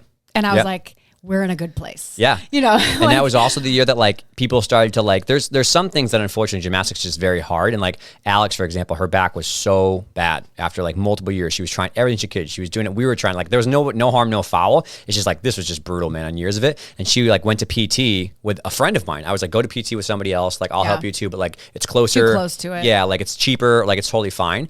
And she started to learn like lifting. She started to power lift. And then like towards her senior year, she was like, I think I want to power lift. I don't want to come back to gymnastics. I was like, awesome. Sounds great. Do it. I got to the point where just like, I was good. Like I didn't need shift or the money or fame or anything to be happy. I was like happy on my own because I'd worked through some shit. And then also I was happy with them. I was like, whatever makes you happy and makes you like genuinely enjoy what you're doing. Cassidy went to track, right? There was so many people that like pivoted into other things or like let go of the sport. And we were like, cool. Like, and you're so good at this. You were like, all right, can you want to come coach? Do you want to judge? Do you want to, like, what do you want to do? You want to still help out? You want to coach the little ones? Like, and they were still part of our crew, but they weren't just doing gymnastics. And I think because we gave them the air cover of like, I'm not upset as long as you're happy, like good to go. Just like, let us know because the goals don't change. That whole process of that year of knowing like, we're good, and I can now, because I think we're good at our gym and everything's a vibe, I can then extend this to other people knowing like it's working. Like, this is working. Coaches are happy, kids are happy, parents are happy, business is making money, the gym's growing like crazy, right? Like, that's a good vibe to be in. And I felt like we had that to lean on when I was talking to gyms that were like in the year 2015 or 16 of what we were going through quite a bit. Like, that whole year was a blur, man. Like, a blur in a good way. We were happy with ourselves in the moment. Totally. While still being able to maintain a vision for the future. Yeah.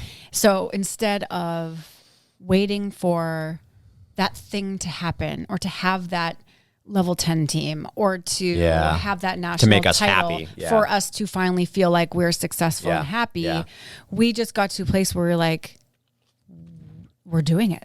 It's working. And we love this. We're abundant. What are we like, we don't need anything else because we already have it all. I remember at meets too. We would like in the early days go to meets and be like, if kids choked in a grape. Don't choke. I kind of need a grape right now in my life. If kids did good, we were so happy everything was good. If kids did bad, we were furious, right? I remember like we would go to meets. Yes. Bro, we were like monks. Just chill.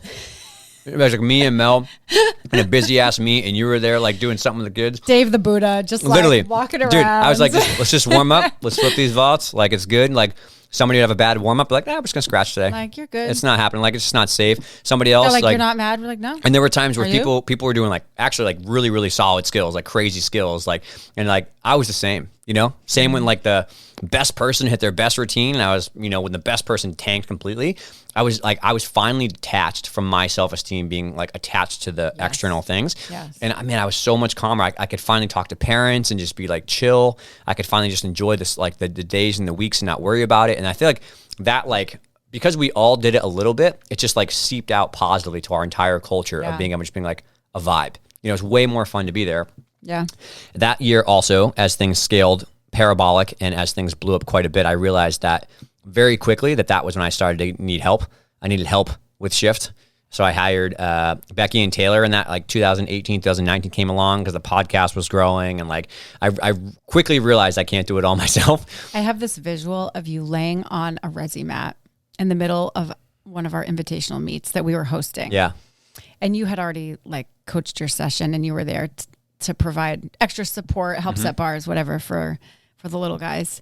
And I just remember I was running score table, and I remember looking at you, and you were like so deep into your phone. And I was like, what is he doing? Like that kind of wasn't typical for you, especially when you're in the gym working. I was paying you to be there.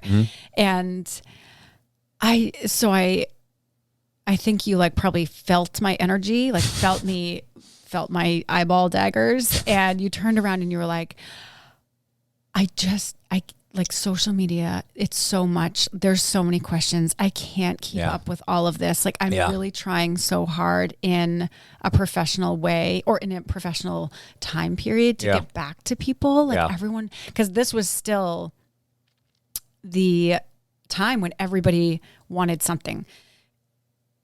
The gymnastics community was leeching to you, Dave, like bloodsuckers. And because of all the work you had done, and because you had previously just been like, oh my God, I just want to shake everyone so that they will wake up and read this material and take it with them, even if it changes one person's life. So finally it's happening. But now you were inundated with like all the questions, all the requests. Oh, come sit. We need you in our gym. This is falling down. That's falling down. It's like you were in this weird juxtaposition of like, I love that this is happening because this is what I've been working for. Here it is. And the leeches are sucking all of my blood and I am exhausted and nicely I can't said. get back to everyone. Yeah. So I think deciding to get some people on your payroll that could like manage those pieces was a game changer. Yeah. I had a horrendous amount of DMs and emails. I would go through like 10, 20, 30, and I just felt like they were just like locusts that would just like multiply. You're like, my eyes hurt.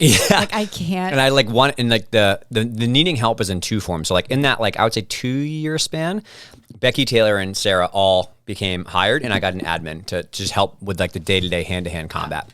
And like, the amount of gratitude I have for them is unbelievable. Oh my God, they're amazing. Because absolutely amazing. They went above and beyond for so many years to just do all the things we needed and have ideas and help tirelessly. And I'm super, super grateful for them. But because of the people scaling and the people help, but also the technological help, and this is a business lesson, is that at this point, this is probably 8 years in, I still had not really taken a lot of money from Shift.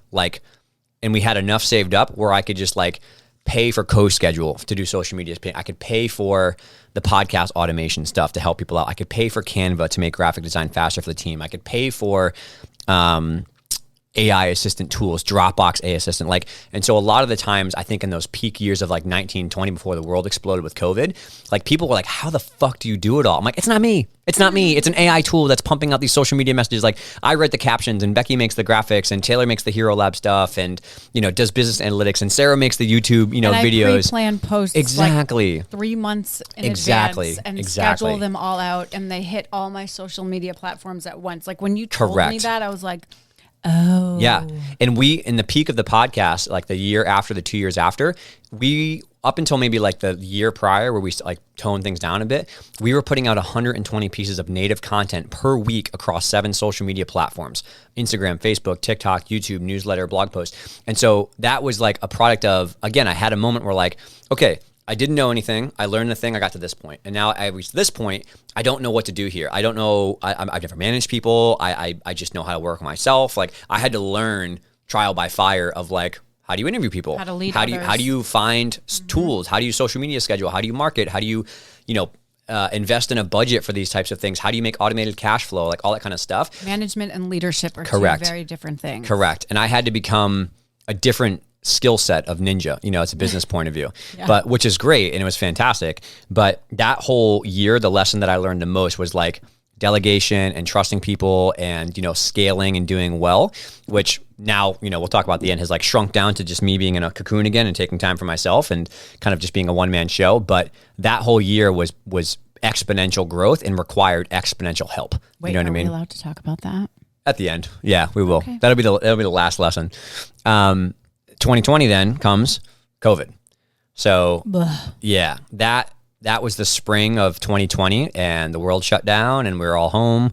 We'll speed forward 6 months of misery to the fact when we come back.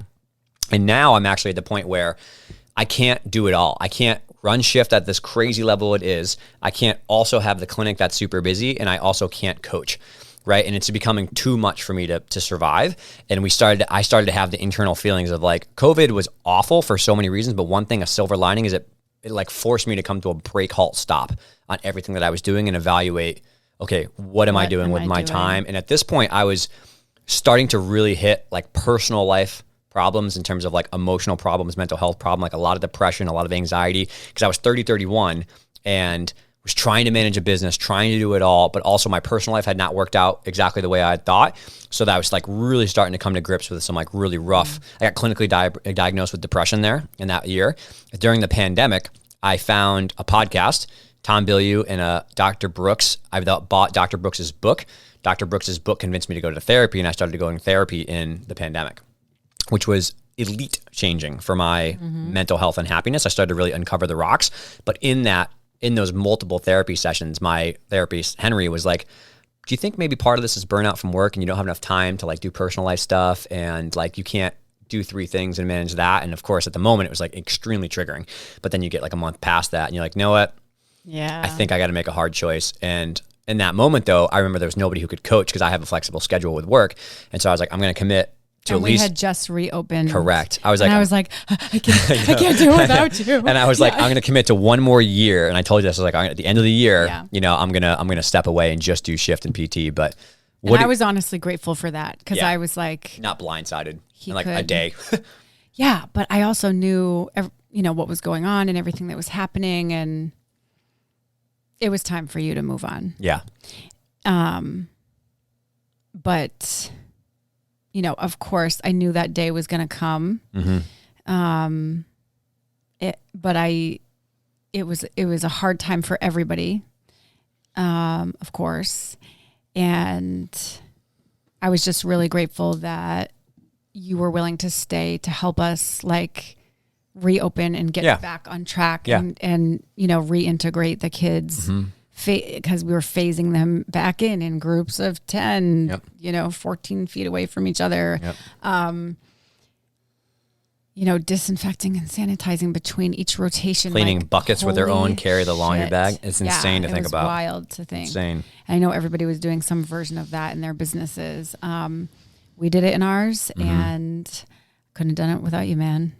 Thank you. It was good. That time was, I think the lesson I learned in there was to sacrifice strategically, which is that there are some things that are worth letting go of to make more things productive. So after COVID was done, we came back. I was like, all right, if I really want to double down and like be the best I can for the gym, and also in COVID is like, yes, I can't go to work, but I have 6 weeks here to make a new course. I made 2 courses in that time staying home. I also connected a ton more with my brother and my family. And it was like, this is an opportunity. Yes, everything sucks. I don't want this to happen, but what are the things that I can do? I can connect with my family. I can do more stuff online. I can set up the next year. The course that was put out in that year was supposed to be the next year's course. We were going to do one per year on the medical side and then the strength conditioning and the flexibility course. So I used that opportunity to get ahead to launch stuff, which then gave us the ability to do the symposium 3 years later. You really made best use of your time. Exactly. Would you mind for a minute, just like, and I'm not the host of this podcast, so please, but suddenly here we are. It's a co-host. Would you be willing to speak a little bit about just discipline? Yeah. The concept of discipline and how, because I think there are so many people that would just love to be as disciplined as you are about anything. It does about, you know, making best use of their time, you know, in those dramatic situations and also just in everyday life. I really am curious to know, like, if the discipline piece of your personality is something that you worked to develop or if you've always been that way? Yeah, it's 50-50. Part of it was I was not blessed with a gym and a coach that had level 10 phenomenal gymnastics. My coach was the man, Tony Perino, who I grew up with, Tony Ortiz. He was the best human that I could get. So like, he was like, you can't control how talented you are. You can't control all that stuff, but you can show up and work hard every day. And me and like Justin Cronin, James White, the guys I grew up with, Kevin, like we were not the most talented people, but I promise you we worked harder than anybody else. Like I guarantee you that nobody else worked harder than us, even though we were not good at gymnastics. And I think that culture gave me half of it. You know, my father was disciplined in a certain way. My mom was disciplined in a certain way, but I was lucky and blessed to be around people who I think taught me that at a hard age, that like, it's supposed to be hard if it's worth it. You know what I mean? So I had a little bit of that. And then after, when I got into like the shift world, the post world of like real high level juggling of like a lot of things, I think part of what gave me great discipline was the process of learning that this is me versus me for me. Like I had to really work hard in 5 years to shed doing things because I thought that I was supposed to do them to be like productive or whatever. Like perfect example, I don't watch sports. I don't play fantasy football. I don't do anything at all. Not because I don't like it, but because like I just generally don't enjoy that as a hobby, right? Like, but I used to watch fantasy football and I used to follow those things because my friends were doing it and I wanted to like kind of be like one of them, right? I don't, what's another good example? I don't really watch a lot of, what's the word I'm looking for? Fantasy football is one, sports is one. I don't golf. That's what I'm trying to get at. All of my coworkers, Mike, Lenny and stuff, golf like crazy. I tried to golf with my dad. I quickly found out I have the attention span of a goldfish when I golf. So I had zero desire to golf, right? Exactly. So those things I realized like, okay, I don't want to golf. I don't want to play sports. And honestly, I don't like going out to the bar and getting slashed. You know, I don't like going out and just getting hammered with a bunch of people. When I was in younger 20s, go out Thursday, you go out Friday, you go out Saturday. And so I was doing that because I wanted to impress girls. Let's be fair. I wanted to impress girls and I wanted to go out and meet people and feel like I was the shit. 28, 29, 30, I quickly realized like, oh, I don't really want to do sports, watch sports. I don't want to do that. I like sci-fi fantasy stuff and video games. That's how I want to spend my free time. And I don't want to go out to the bar, you know, 3 times a week or 2 times a week every time this month. I would rather stay home and play games with my family or like hang out or relax or go to a coffee shop. And so the more mature I got, when I started to realize that I'm just going to do these things of what I love, it gave me 10, 15, 20 hours back. Likewise, social media. I don't use personal social media, right? Not because I don't like people and I don't. It's because I'd rather text and call people. I'd rather FaceTime people, right? So because I don't use social media at all, it gives me a lot more opportunity to have time to be disciplined. So I think that is the first thing. It's not about willpower and about muscling your way through things all the time. It's about giving yourself the opportunity to put time into things you care about. And unapologetically being yourself 100%, I think gives you the security and the self-esteem. Like because I have worked very hard to change the self-esteem to internal, the things that I know for me make me feel good about myself are being nice, working hard, and moving towards the vision or the goals that I have in my life. And so when you have that as a base, you can make hard decisions like, I'm not going to go out tonight. I'd rather just hang home and sleep so I can wake up tomorrow and go for a run, right? And that kind of stuff. But then the actual tactical piece of it is that I very clearly know now what makes me happy. I know I need to be healthy. I need meaningful relationships, which is an internal first with like a romantic partner or like a personal partner, and then my friends, and then my family, then my coworkers. So health, meaningful relationships, and then meaningful work. Those things in order are the priority. If things don't fit that hierarchy of order, I don't do them.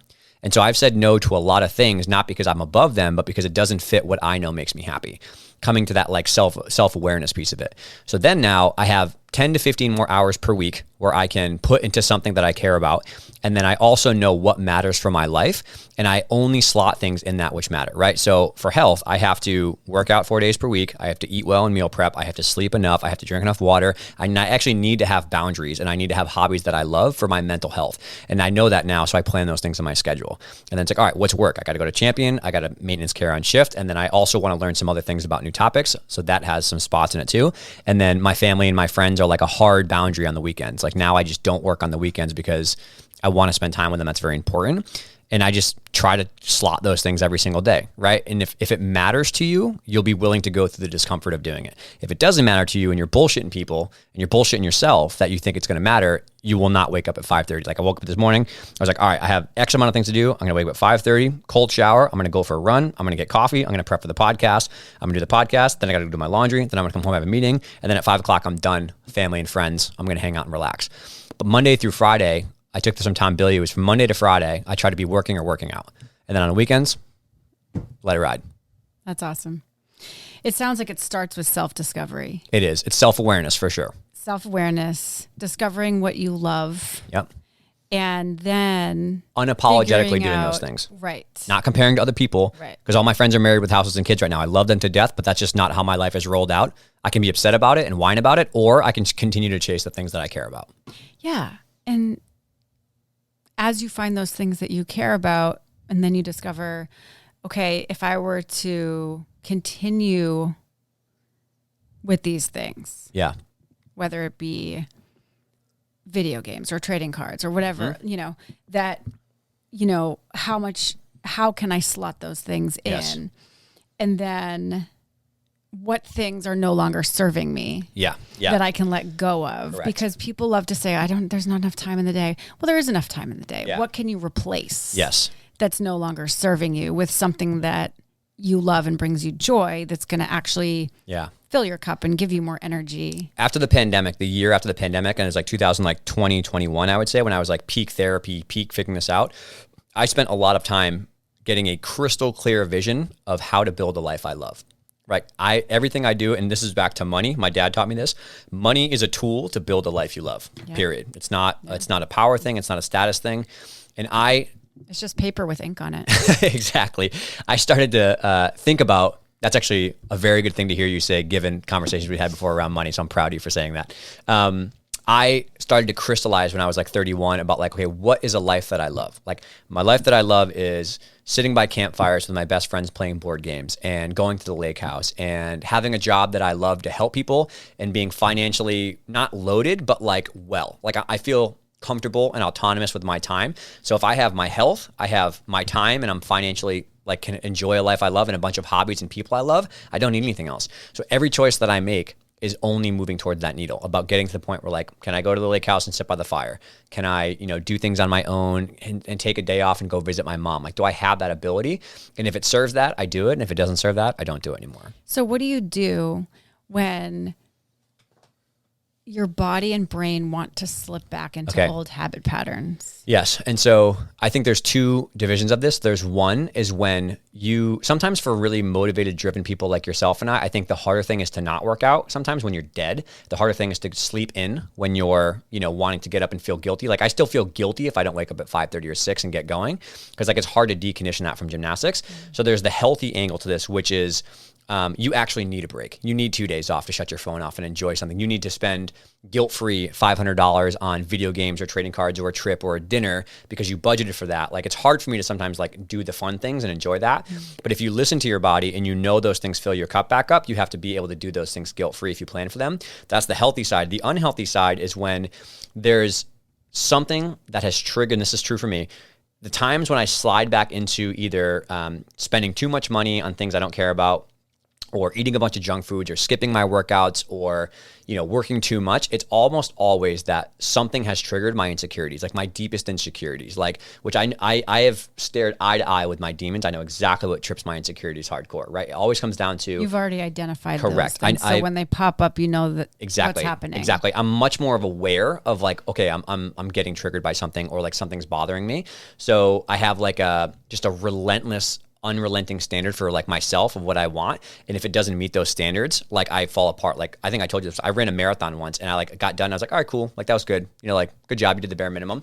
I now know that when that happens, that's like an unrelenting standard that's unhealthy, right? I also, from my childhood and many years of therapy, like I just grew up in a household and like I love them to death, but like people were constantly like moving, leaving, you know, like going, changing. I lived in like 17 houses like when I was younger. So I have like an ingrown fear of abandonment. So when people are going to like leave or do something, I get triggered by that. If someone's like, you know, gonna, you know, what's the word I'm talking about? It's just like separation. If I feel somebody starting to like, I care about a lot, distance themselves, I get triggered. Like, did I do something wrong? There's something wrong with me. So I've learned that those things happen first, which triggers an emotional state of discomfort, which then triggers me wanting to find something to unhealthily cope with those things, which is usually like food, too much traveling, doing something too, I'll just bury myself in work and forget about it. Or slip back into old habits that don't serve you well, but are more comfortable because they're more familiar. Correct. So you may actually hate the habit pattern. Correct.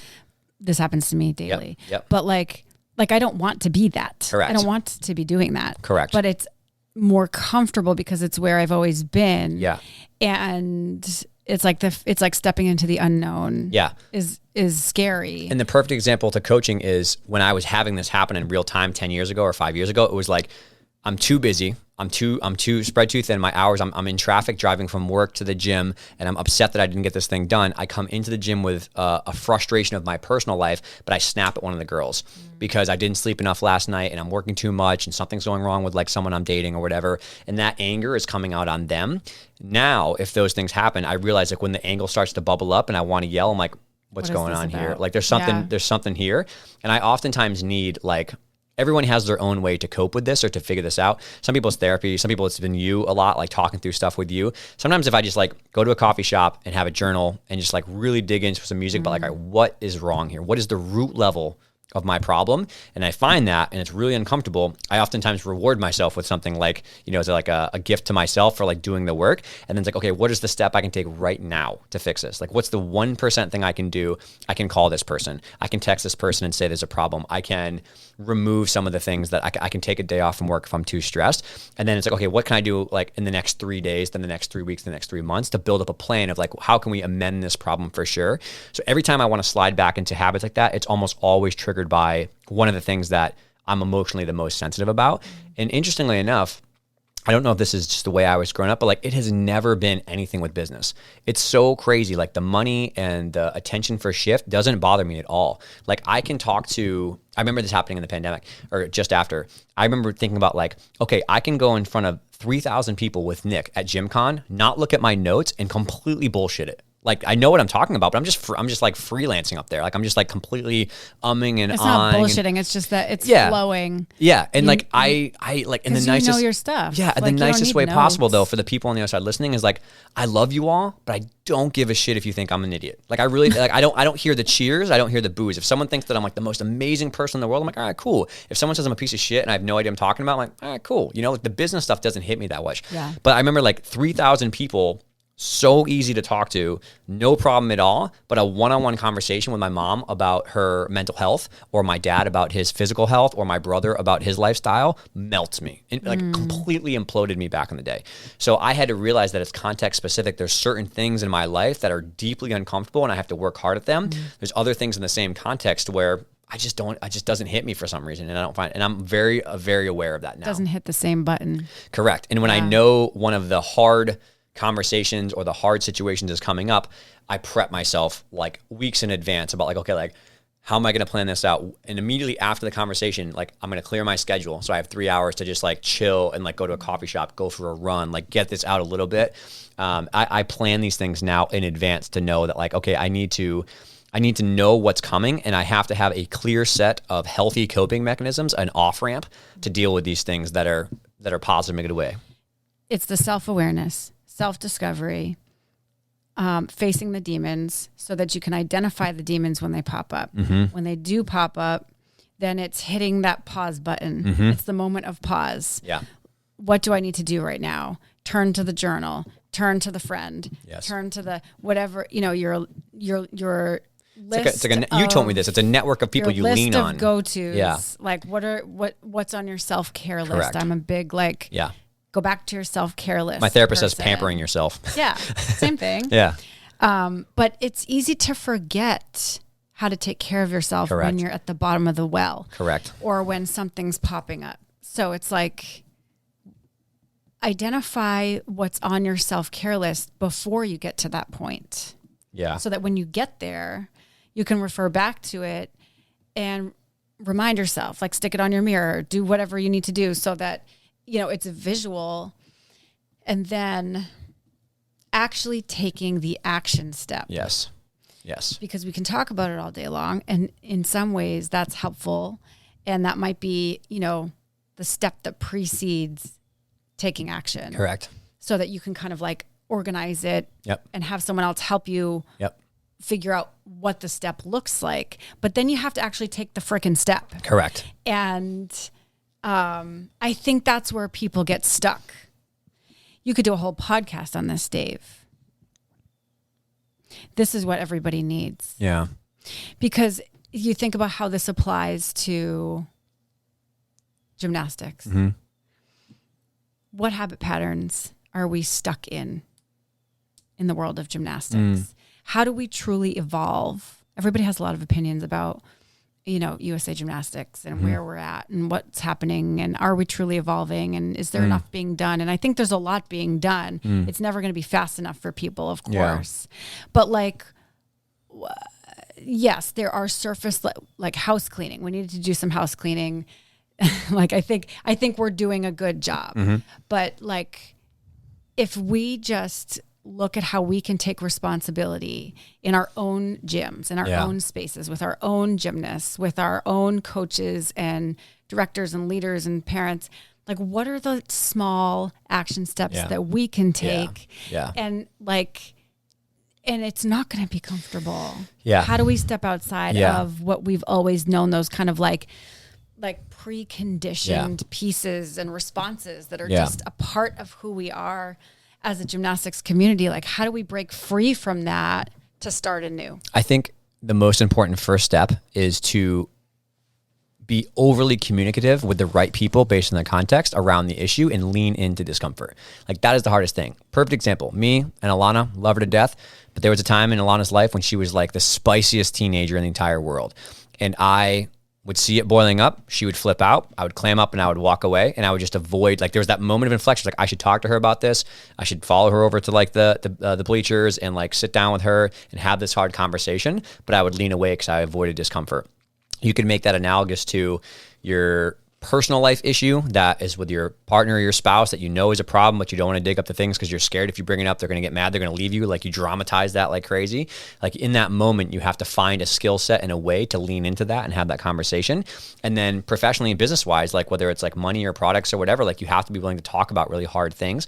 And then once you have that moment of, I need to lean into this, I need to actually like commit to doing this, you have to make it a skill set. It is a skill set to embrace that discomfort, right? It's a skill set to have the discipline or the practice every single day to do something. So I try to lean in a little bit to discomfort, learn how to regulate anxiety and tension and stuff when you're having those conversations. And then I try my best to commit to a new thing for 30 days.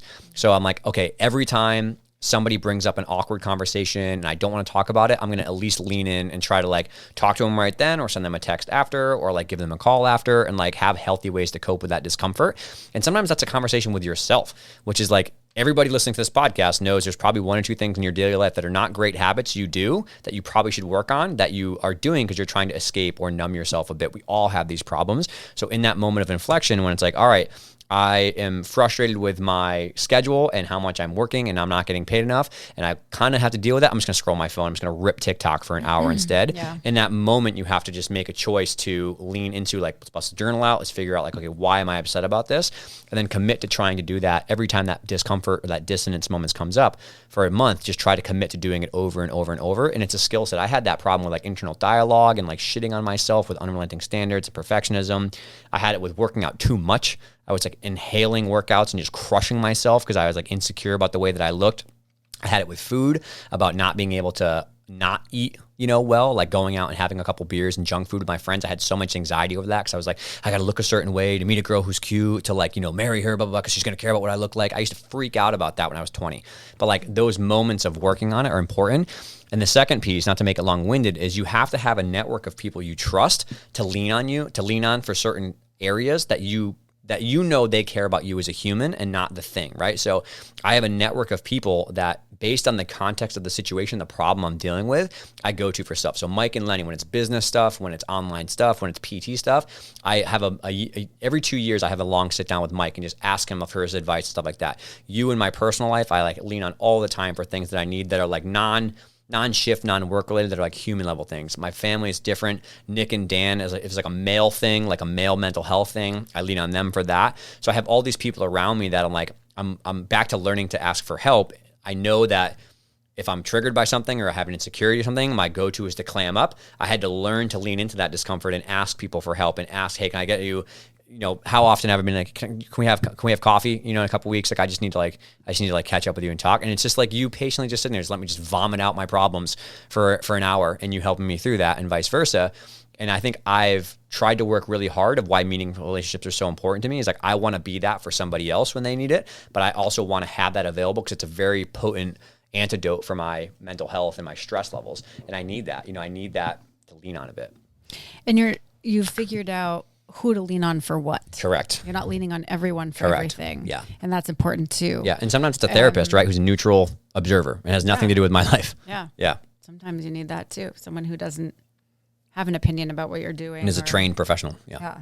Yep. So I think that's great. I give you a lot of credit, Dave. You've done Thank you. so much work. And, you know, I'm thinking personally about how, as a leader, you know, I was really years ago feeding off of that feeling when there's a crisis and you're the one to jump in and fix it.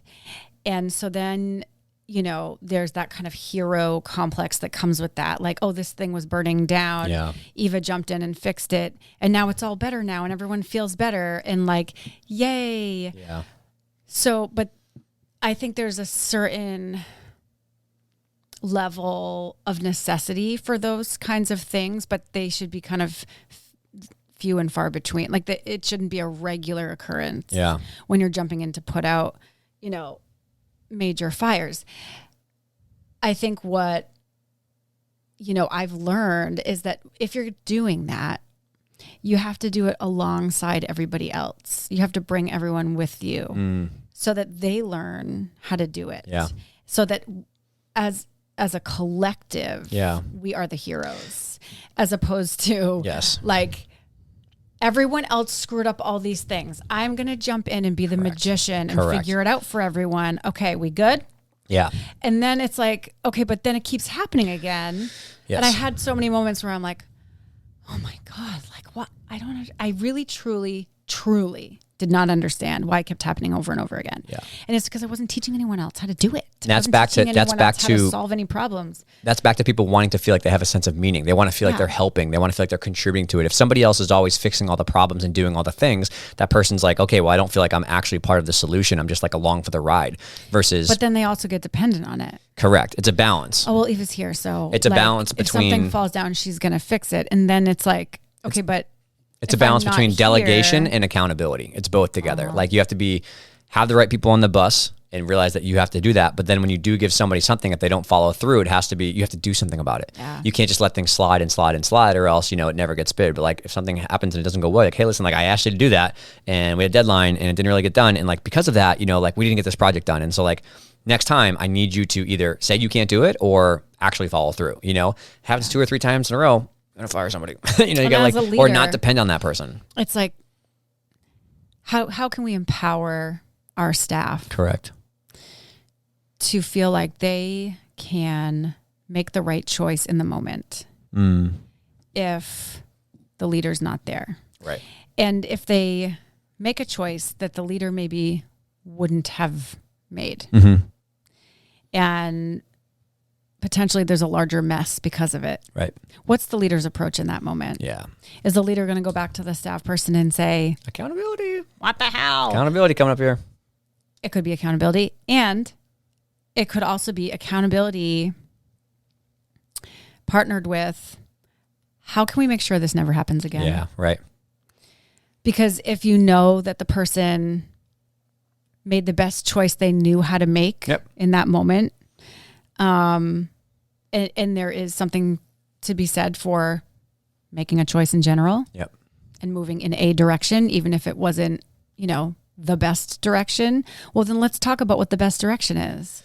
Let's talk about how we improve on the skill of like triaging when things are going wrong. Exactly. Yep. And I think that has been a major point of development for me is like learning how to do that and seeing the value in doing that. Yeah. So now that I do that without thinking about it, which I have not always, trust me, it's like I just see how it plays out in everybody else, and it works. To that triaging point, I was listening to a podcast a couple weeks ago on how when you have someone in a leadership position, the first thing you should ask when something doesn't go wrong is like, is this person that I hired equipped with the skills to solve this problem? And a lot of times, 90% of the time, you dig down, it's like, okay, do you know how to actually, set up events or do whatever? Like, okay, do you actually understand that? And if they say yes, you keep going down. Like, are there other skills you don't know how to do? It's like, well, actually, I don't know how to motivate the kids without sounding mean, and get them to do what I want to do. And I remember like one time you gave the example of like, when someone's not following the assignment or is drawing off or whatever, like you pull them aside empathetically, like, hey, you okay? Like, are you okay? Like, is this all right? And you give them like one strike and you send them back and like, all right, you can keep going. I'll give you the choice. But like, if you do it again, like we're going to have, an issue because we're here for safety and to get stuff done. Happens a second time. What do you do? Okay, well, here's your choices now. You're still not following. I asked you to follow the bar assignment. You can either join the assignment or you can go sit in the bleachers for this event, right? Goes back, doesn't work. Third strike. Okay, I gave you the option 3 times. You're out for the event. We're going to call your mom. You're going to go home, right? So like, that's a very practical skill that has to be learned on how to deal with like emotional teenagers. And if someone doesn't have that skill, can you blame them for not knowing what to do? If they have the skill and they didn't follow through, that's a different conversation on, are you a good fit? Is this going to work out well? Can you fulfill your job duties or whatever? Yeah. But I took that to heart quite a bit, which is like, okay, the vast majority of people want to do the right thing. They don't have the skills they need to do that. And there's a lot of these soft skills that are learned outside of like what drills for your Chanko and all that kind of stuff. And then understanding that there's never 3 strikes for safety. Yes, exactly. There's only one. Yeah, exactly. 1 strike and you're out. Yeah, so it like being able to identify the difference. Here's the list of things where I have to stop and like call someone to jump in and help. Yeah. Here's the other list of things where I can try to manage it on my own first. And like if it creates a bigger mess, no big deal. Like there's nothing we can't fix. But I think that we miss that sometimes when we're onboarding our people, that like, it's basics to us because we've been doing it forever, but it's not to everyone. Brand new for them. We have to really kind of like have to lay it out. And I think it's so important, like as we get so deep into the details in our businesses, like, are we really taking care of our people? Do they actually know how to meet our expectations? Are we giving them the tools they need to do the job? I agree. I think that that long hour-long tirade covers the 2 years that were in the end there, which I have as chaos to clarity is a big principle I live by, which is like inside the chaos, there are some clear things you can learn if you lean into discomfort about yourself and the business. And then we've clearly talked about the last one, which is like the whole 21, 22 is about me just facing my own demons personally and professionally and dealing with that kind of stuff. And I think a lot of other people have done that in gymnastics, and it was why we're in a really positive space. And so at the risk of not making this podcast 5 hours long, I think it's already long enough. So now I would say looking back on 10 years, if I could give people the biggest piece of advice about Shift and what I did and maybe what people ask me about, is that you are 100% the only person responsible for your personal happiness. And so I think you are responsible for your happiness no matter what. Back to accountability is like, there's some heinous shit that happens in the world to you, to me, to other people. We've all gone through some really tough stuff, and you can't control what happens to you, but you can control your effort and your attitude on the other side. And so I have gone through the absolute roller coaster of starting a business and things going well, and then crashing on an ego thing, and then climbing back up and doing the whole scandal book thing, and then it goes well. And then the last 2 years have been incredible in terms of like what I'm really happy and I'm proud for. But there was definitely a realization in the last year that I've spent 10 years so much on the business and so much on my career and so much on all that kind of stuff that I want to spend more time with my personal life and my family and my friends. And so, like I had to in the last probably like 6 months, I had to make some really hard decisions about how much do I want to work and how much do I not want to work? What things is Shift doing that maybe I need to take a step back on? And so it's gotten to the point now where like people are probably listening to this as the first thing I've done in like 2 months. Like I haven't, like all of August and all of September, I was just like, I need a break. I need a break from my own mental health. I started to feel back to like, how do you tell when things are going off the rails? Like 6 months ago, I started to feel the hints of burnout and anxiety and mental health problems just because I was just doing too much again. It was just way too much. And I could feel internally that I was like, I'm not spending enough time with my brother and my family. And I'm saying no to a lot of things that I want to do, going to weddings, going with my friends, because I'm just too busy. And so it started to fester up again as like just too much. And now probably people can tell I'm just like kind of chilling, just coasting. And it comes with hard decisions to bring the team back down to just me and, make some hard choices business-wise. And like I said, I'm so grateful for everything the team has done and everybody else. But the only way for me to hit the reset button and know that I was taking care of myself was to pause everything and just leave it for 2 to 3 months to have the headspace to think about what do I want to do and have hobbies and my family and stuff. And there's some things I won't talk about in the podcast with my family and my mom's health and my dad's health that like required attention. So I was like, this matters more. Again, priority is health, meaningful relationships, meaningful work. And at that point last year, meaningful work was below meaningful relationships. My family and my friends and my personal life matters more. So I had to make some hard decisions, but that is making that decision 6 months ago and 3 months ago is insanely hard, and it was probably the hardest thing I've ever had to do is to really take a break and like kind of like let go of Shift a bit.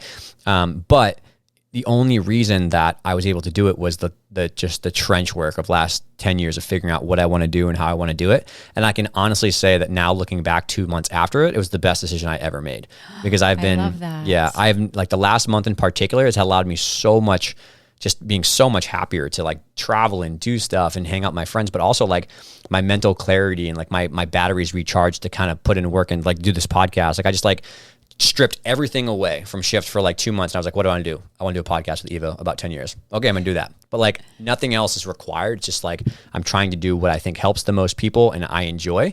And that's where it is now and that's where it'll go. So what's next for Shift? I don't know. No idea. Zero clue. I'm going to put this podcast out and then I have a couple like consulting things, but I've had some ideas, but none of them are sticky enough. I feel like Shift has helped a lot of people in like courses, Hero Lab, podcasts. There's everything anyone could ever want from me is available probably for free, but you could find it if you want it, right? And so I have this point now where I feel as though the vast majority of people in gymnastics do have access to good new information and they just have to do it. Like you just have to find that podcast and listen to this one and then make a change in your gym. Commit to it. Yeah. I'll always be here and I'm going to keep working at it too. But like there's enough out there between other wonderful coaches and educators and myself that I feel like people can do it. So for right now, I'm just chilling. I know I speak for myself and so many others when I say congratulations. Thank you. 10 years of Shift. It's crazy. What a wonderful, amazing accomplishment. You've worked so hard for this. It's really cool to think about how it all started in our little gym in Beverly, Massachusetts. Yeah, I know. At the Y. I know. And what it's become now. And I think it's admirable, all the work you've done to help our gymnastics community and beyond. And now that all of this, the way you've constructed it so that this data and this information is up there for everyone to see and access, it's like it will just continue. Yeah. And the more, people come across it or find that they need a resource and that it's available to them, like I just think it's so cool what you've done. Yeah. So my parting thought is two. One is that it's cool. I was talking to Nick and Dan about this like last month when I was taking a step back, is like it's really cool to think that the next 2, 5, 10 years, there's a whole batch of new coaches that are high school, college, who are getting into their coaching careers or into their medical field as PTs, ATs, doctors, or strength and conditioning in gymnastics. And their baseline of starting available information is 20-fold, thanks to, not only me, but so Nick and Dan and everybody else who's done great podcasts, right? Is so much more that I feel like we're in a place where like the people who want the information and are hungry for it can find it. And that's really exciting because they're going to not have to go through the trench work that we did to figure it out. There's a lot of stuff more to learn and to work on, but so many people have so much more information, which is really cool. I'm proud of that. I really am, to be like when I want to learn a new skill, I just YouTube things. I'm like, teach me on YouTube. I feel like people can do that now with like a lot of things in gymnastics. So that's really cool. But two is back the other way, is I say to you, which is a pariah for all the other people, is that there is no way that I would have gotten 10 years without just anyone from like Brian and Josh, right, to like Nick and Dan. I just talked about that whole spectrum. Becky, Taylor, you, Jess, everyone at the gym, all the girls that did the strength and the weird shit that I was like, we should try this, right? Like the experiment. Exactly. There's like 100,000 people I could list right now that would probably be beneficial. And I'm very aware that it's me and the work and the discipline and the dedication, whatever, but also there's a bit of luck in this. There's a bit of luck in, serendipity of like, I was born when the internet and online courses were a thing. I was born during the peak of my 20s when the scandal happened and I had 100 hours. I could just black out and write a book or whatever. So there's a little bit of luck meets opportunity there. And particularly for you, there's zero chance that I would be where I am, who I am as a person or with Shift if it wasn't for you. There are many times when a dark hole or really rough and you were the one person to lean on to sit across the table with Tom and be like, listen, like, you're not well and like, I'm worried about you. And if I hadn't had a couple people to shake me like I did, available, who knows what would have happened. So I'm super duper grateful for you. So much love. Mm-hmm. Will you judge me if I dip this cookie in the coffee? You can do whatever you want. All right. That was 3 hours and 2 minutes. Oh my God. So thank you everyone for listening. I hope that this marathon podcast with open format taught you a lot. And I hope that you are still riding and knocking this for Shift. I have no idea where we're going, but I hope that this is super helpful. So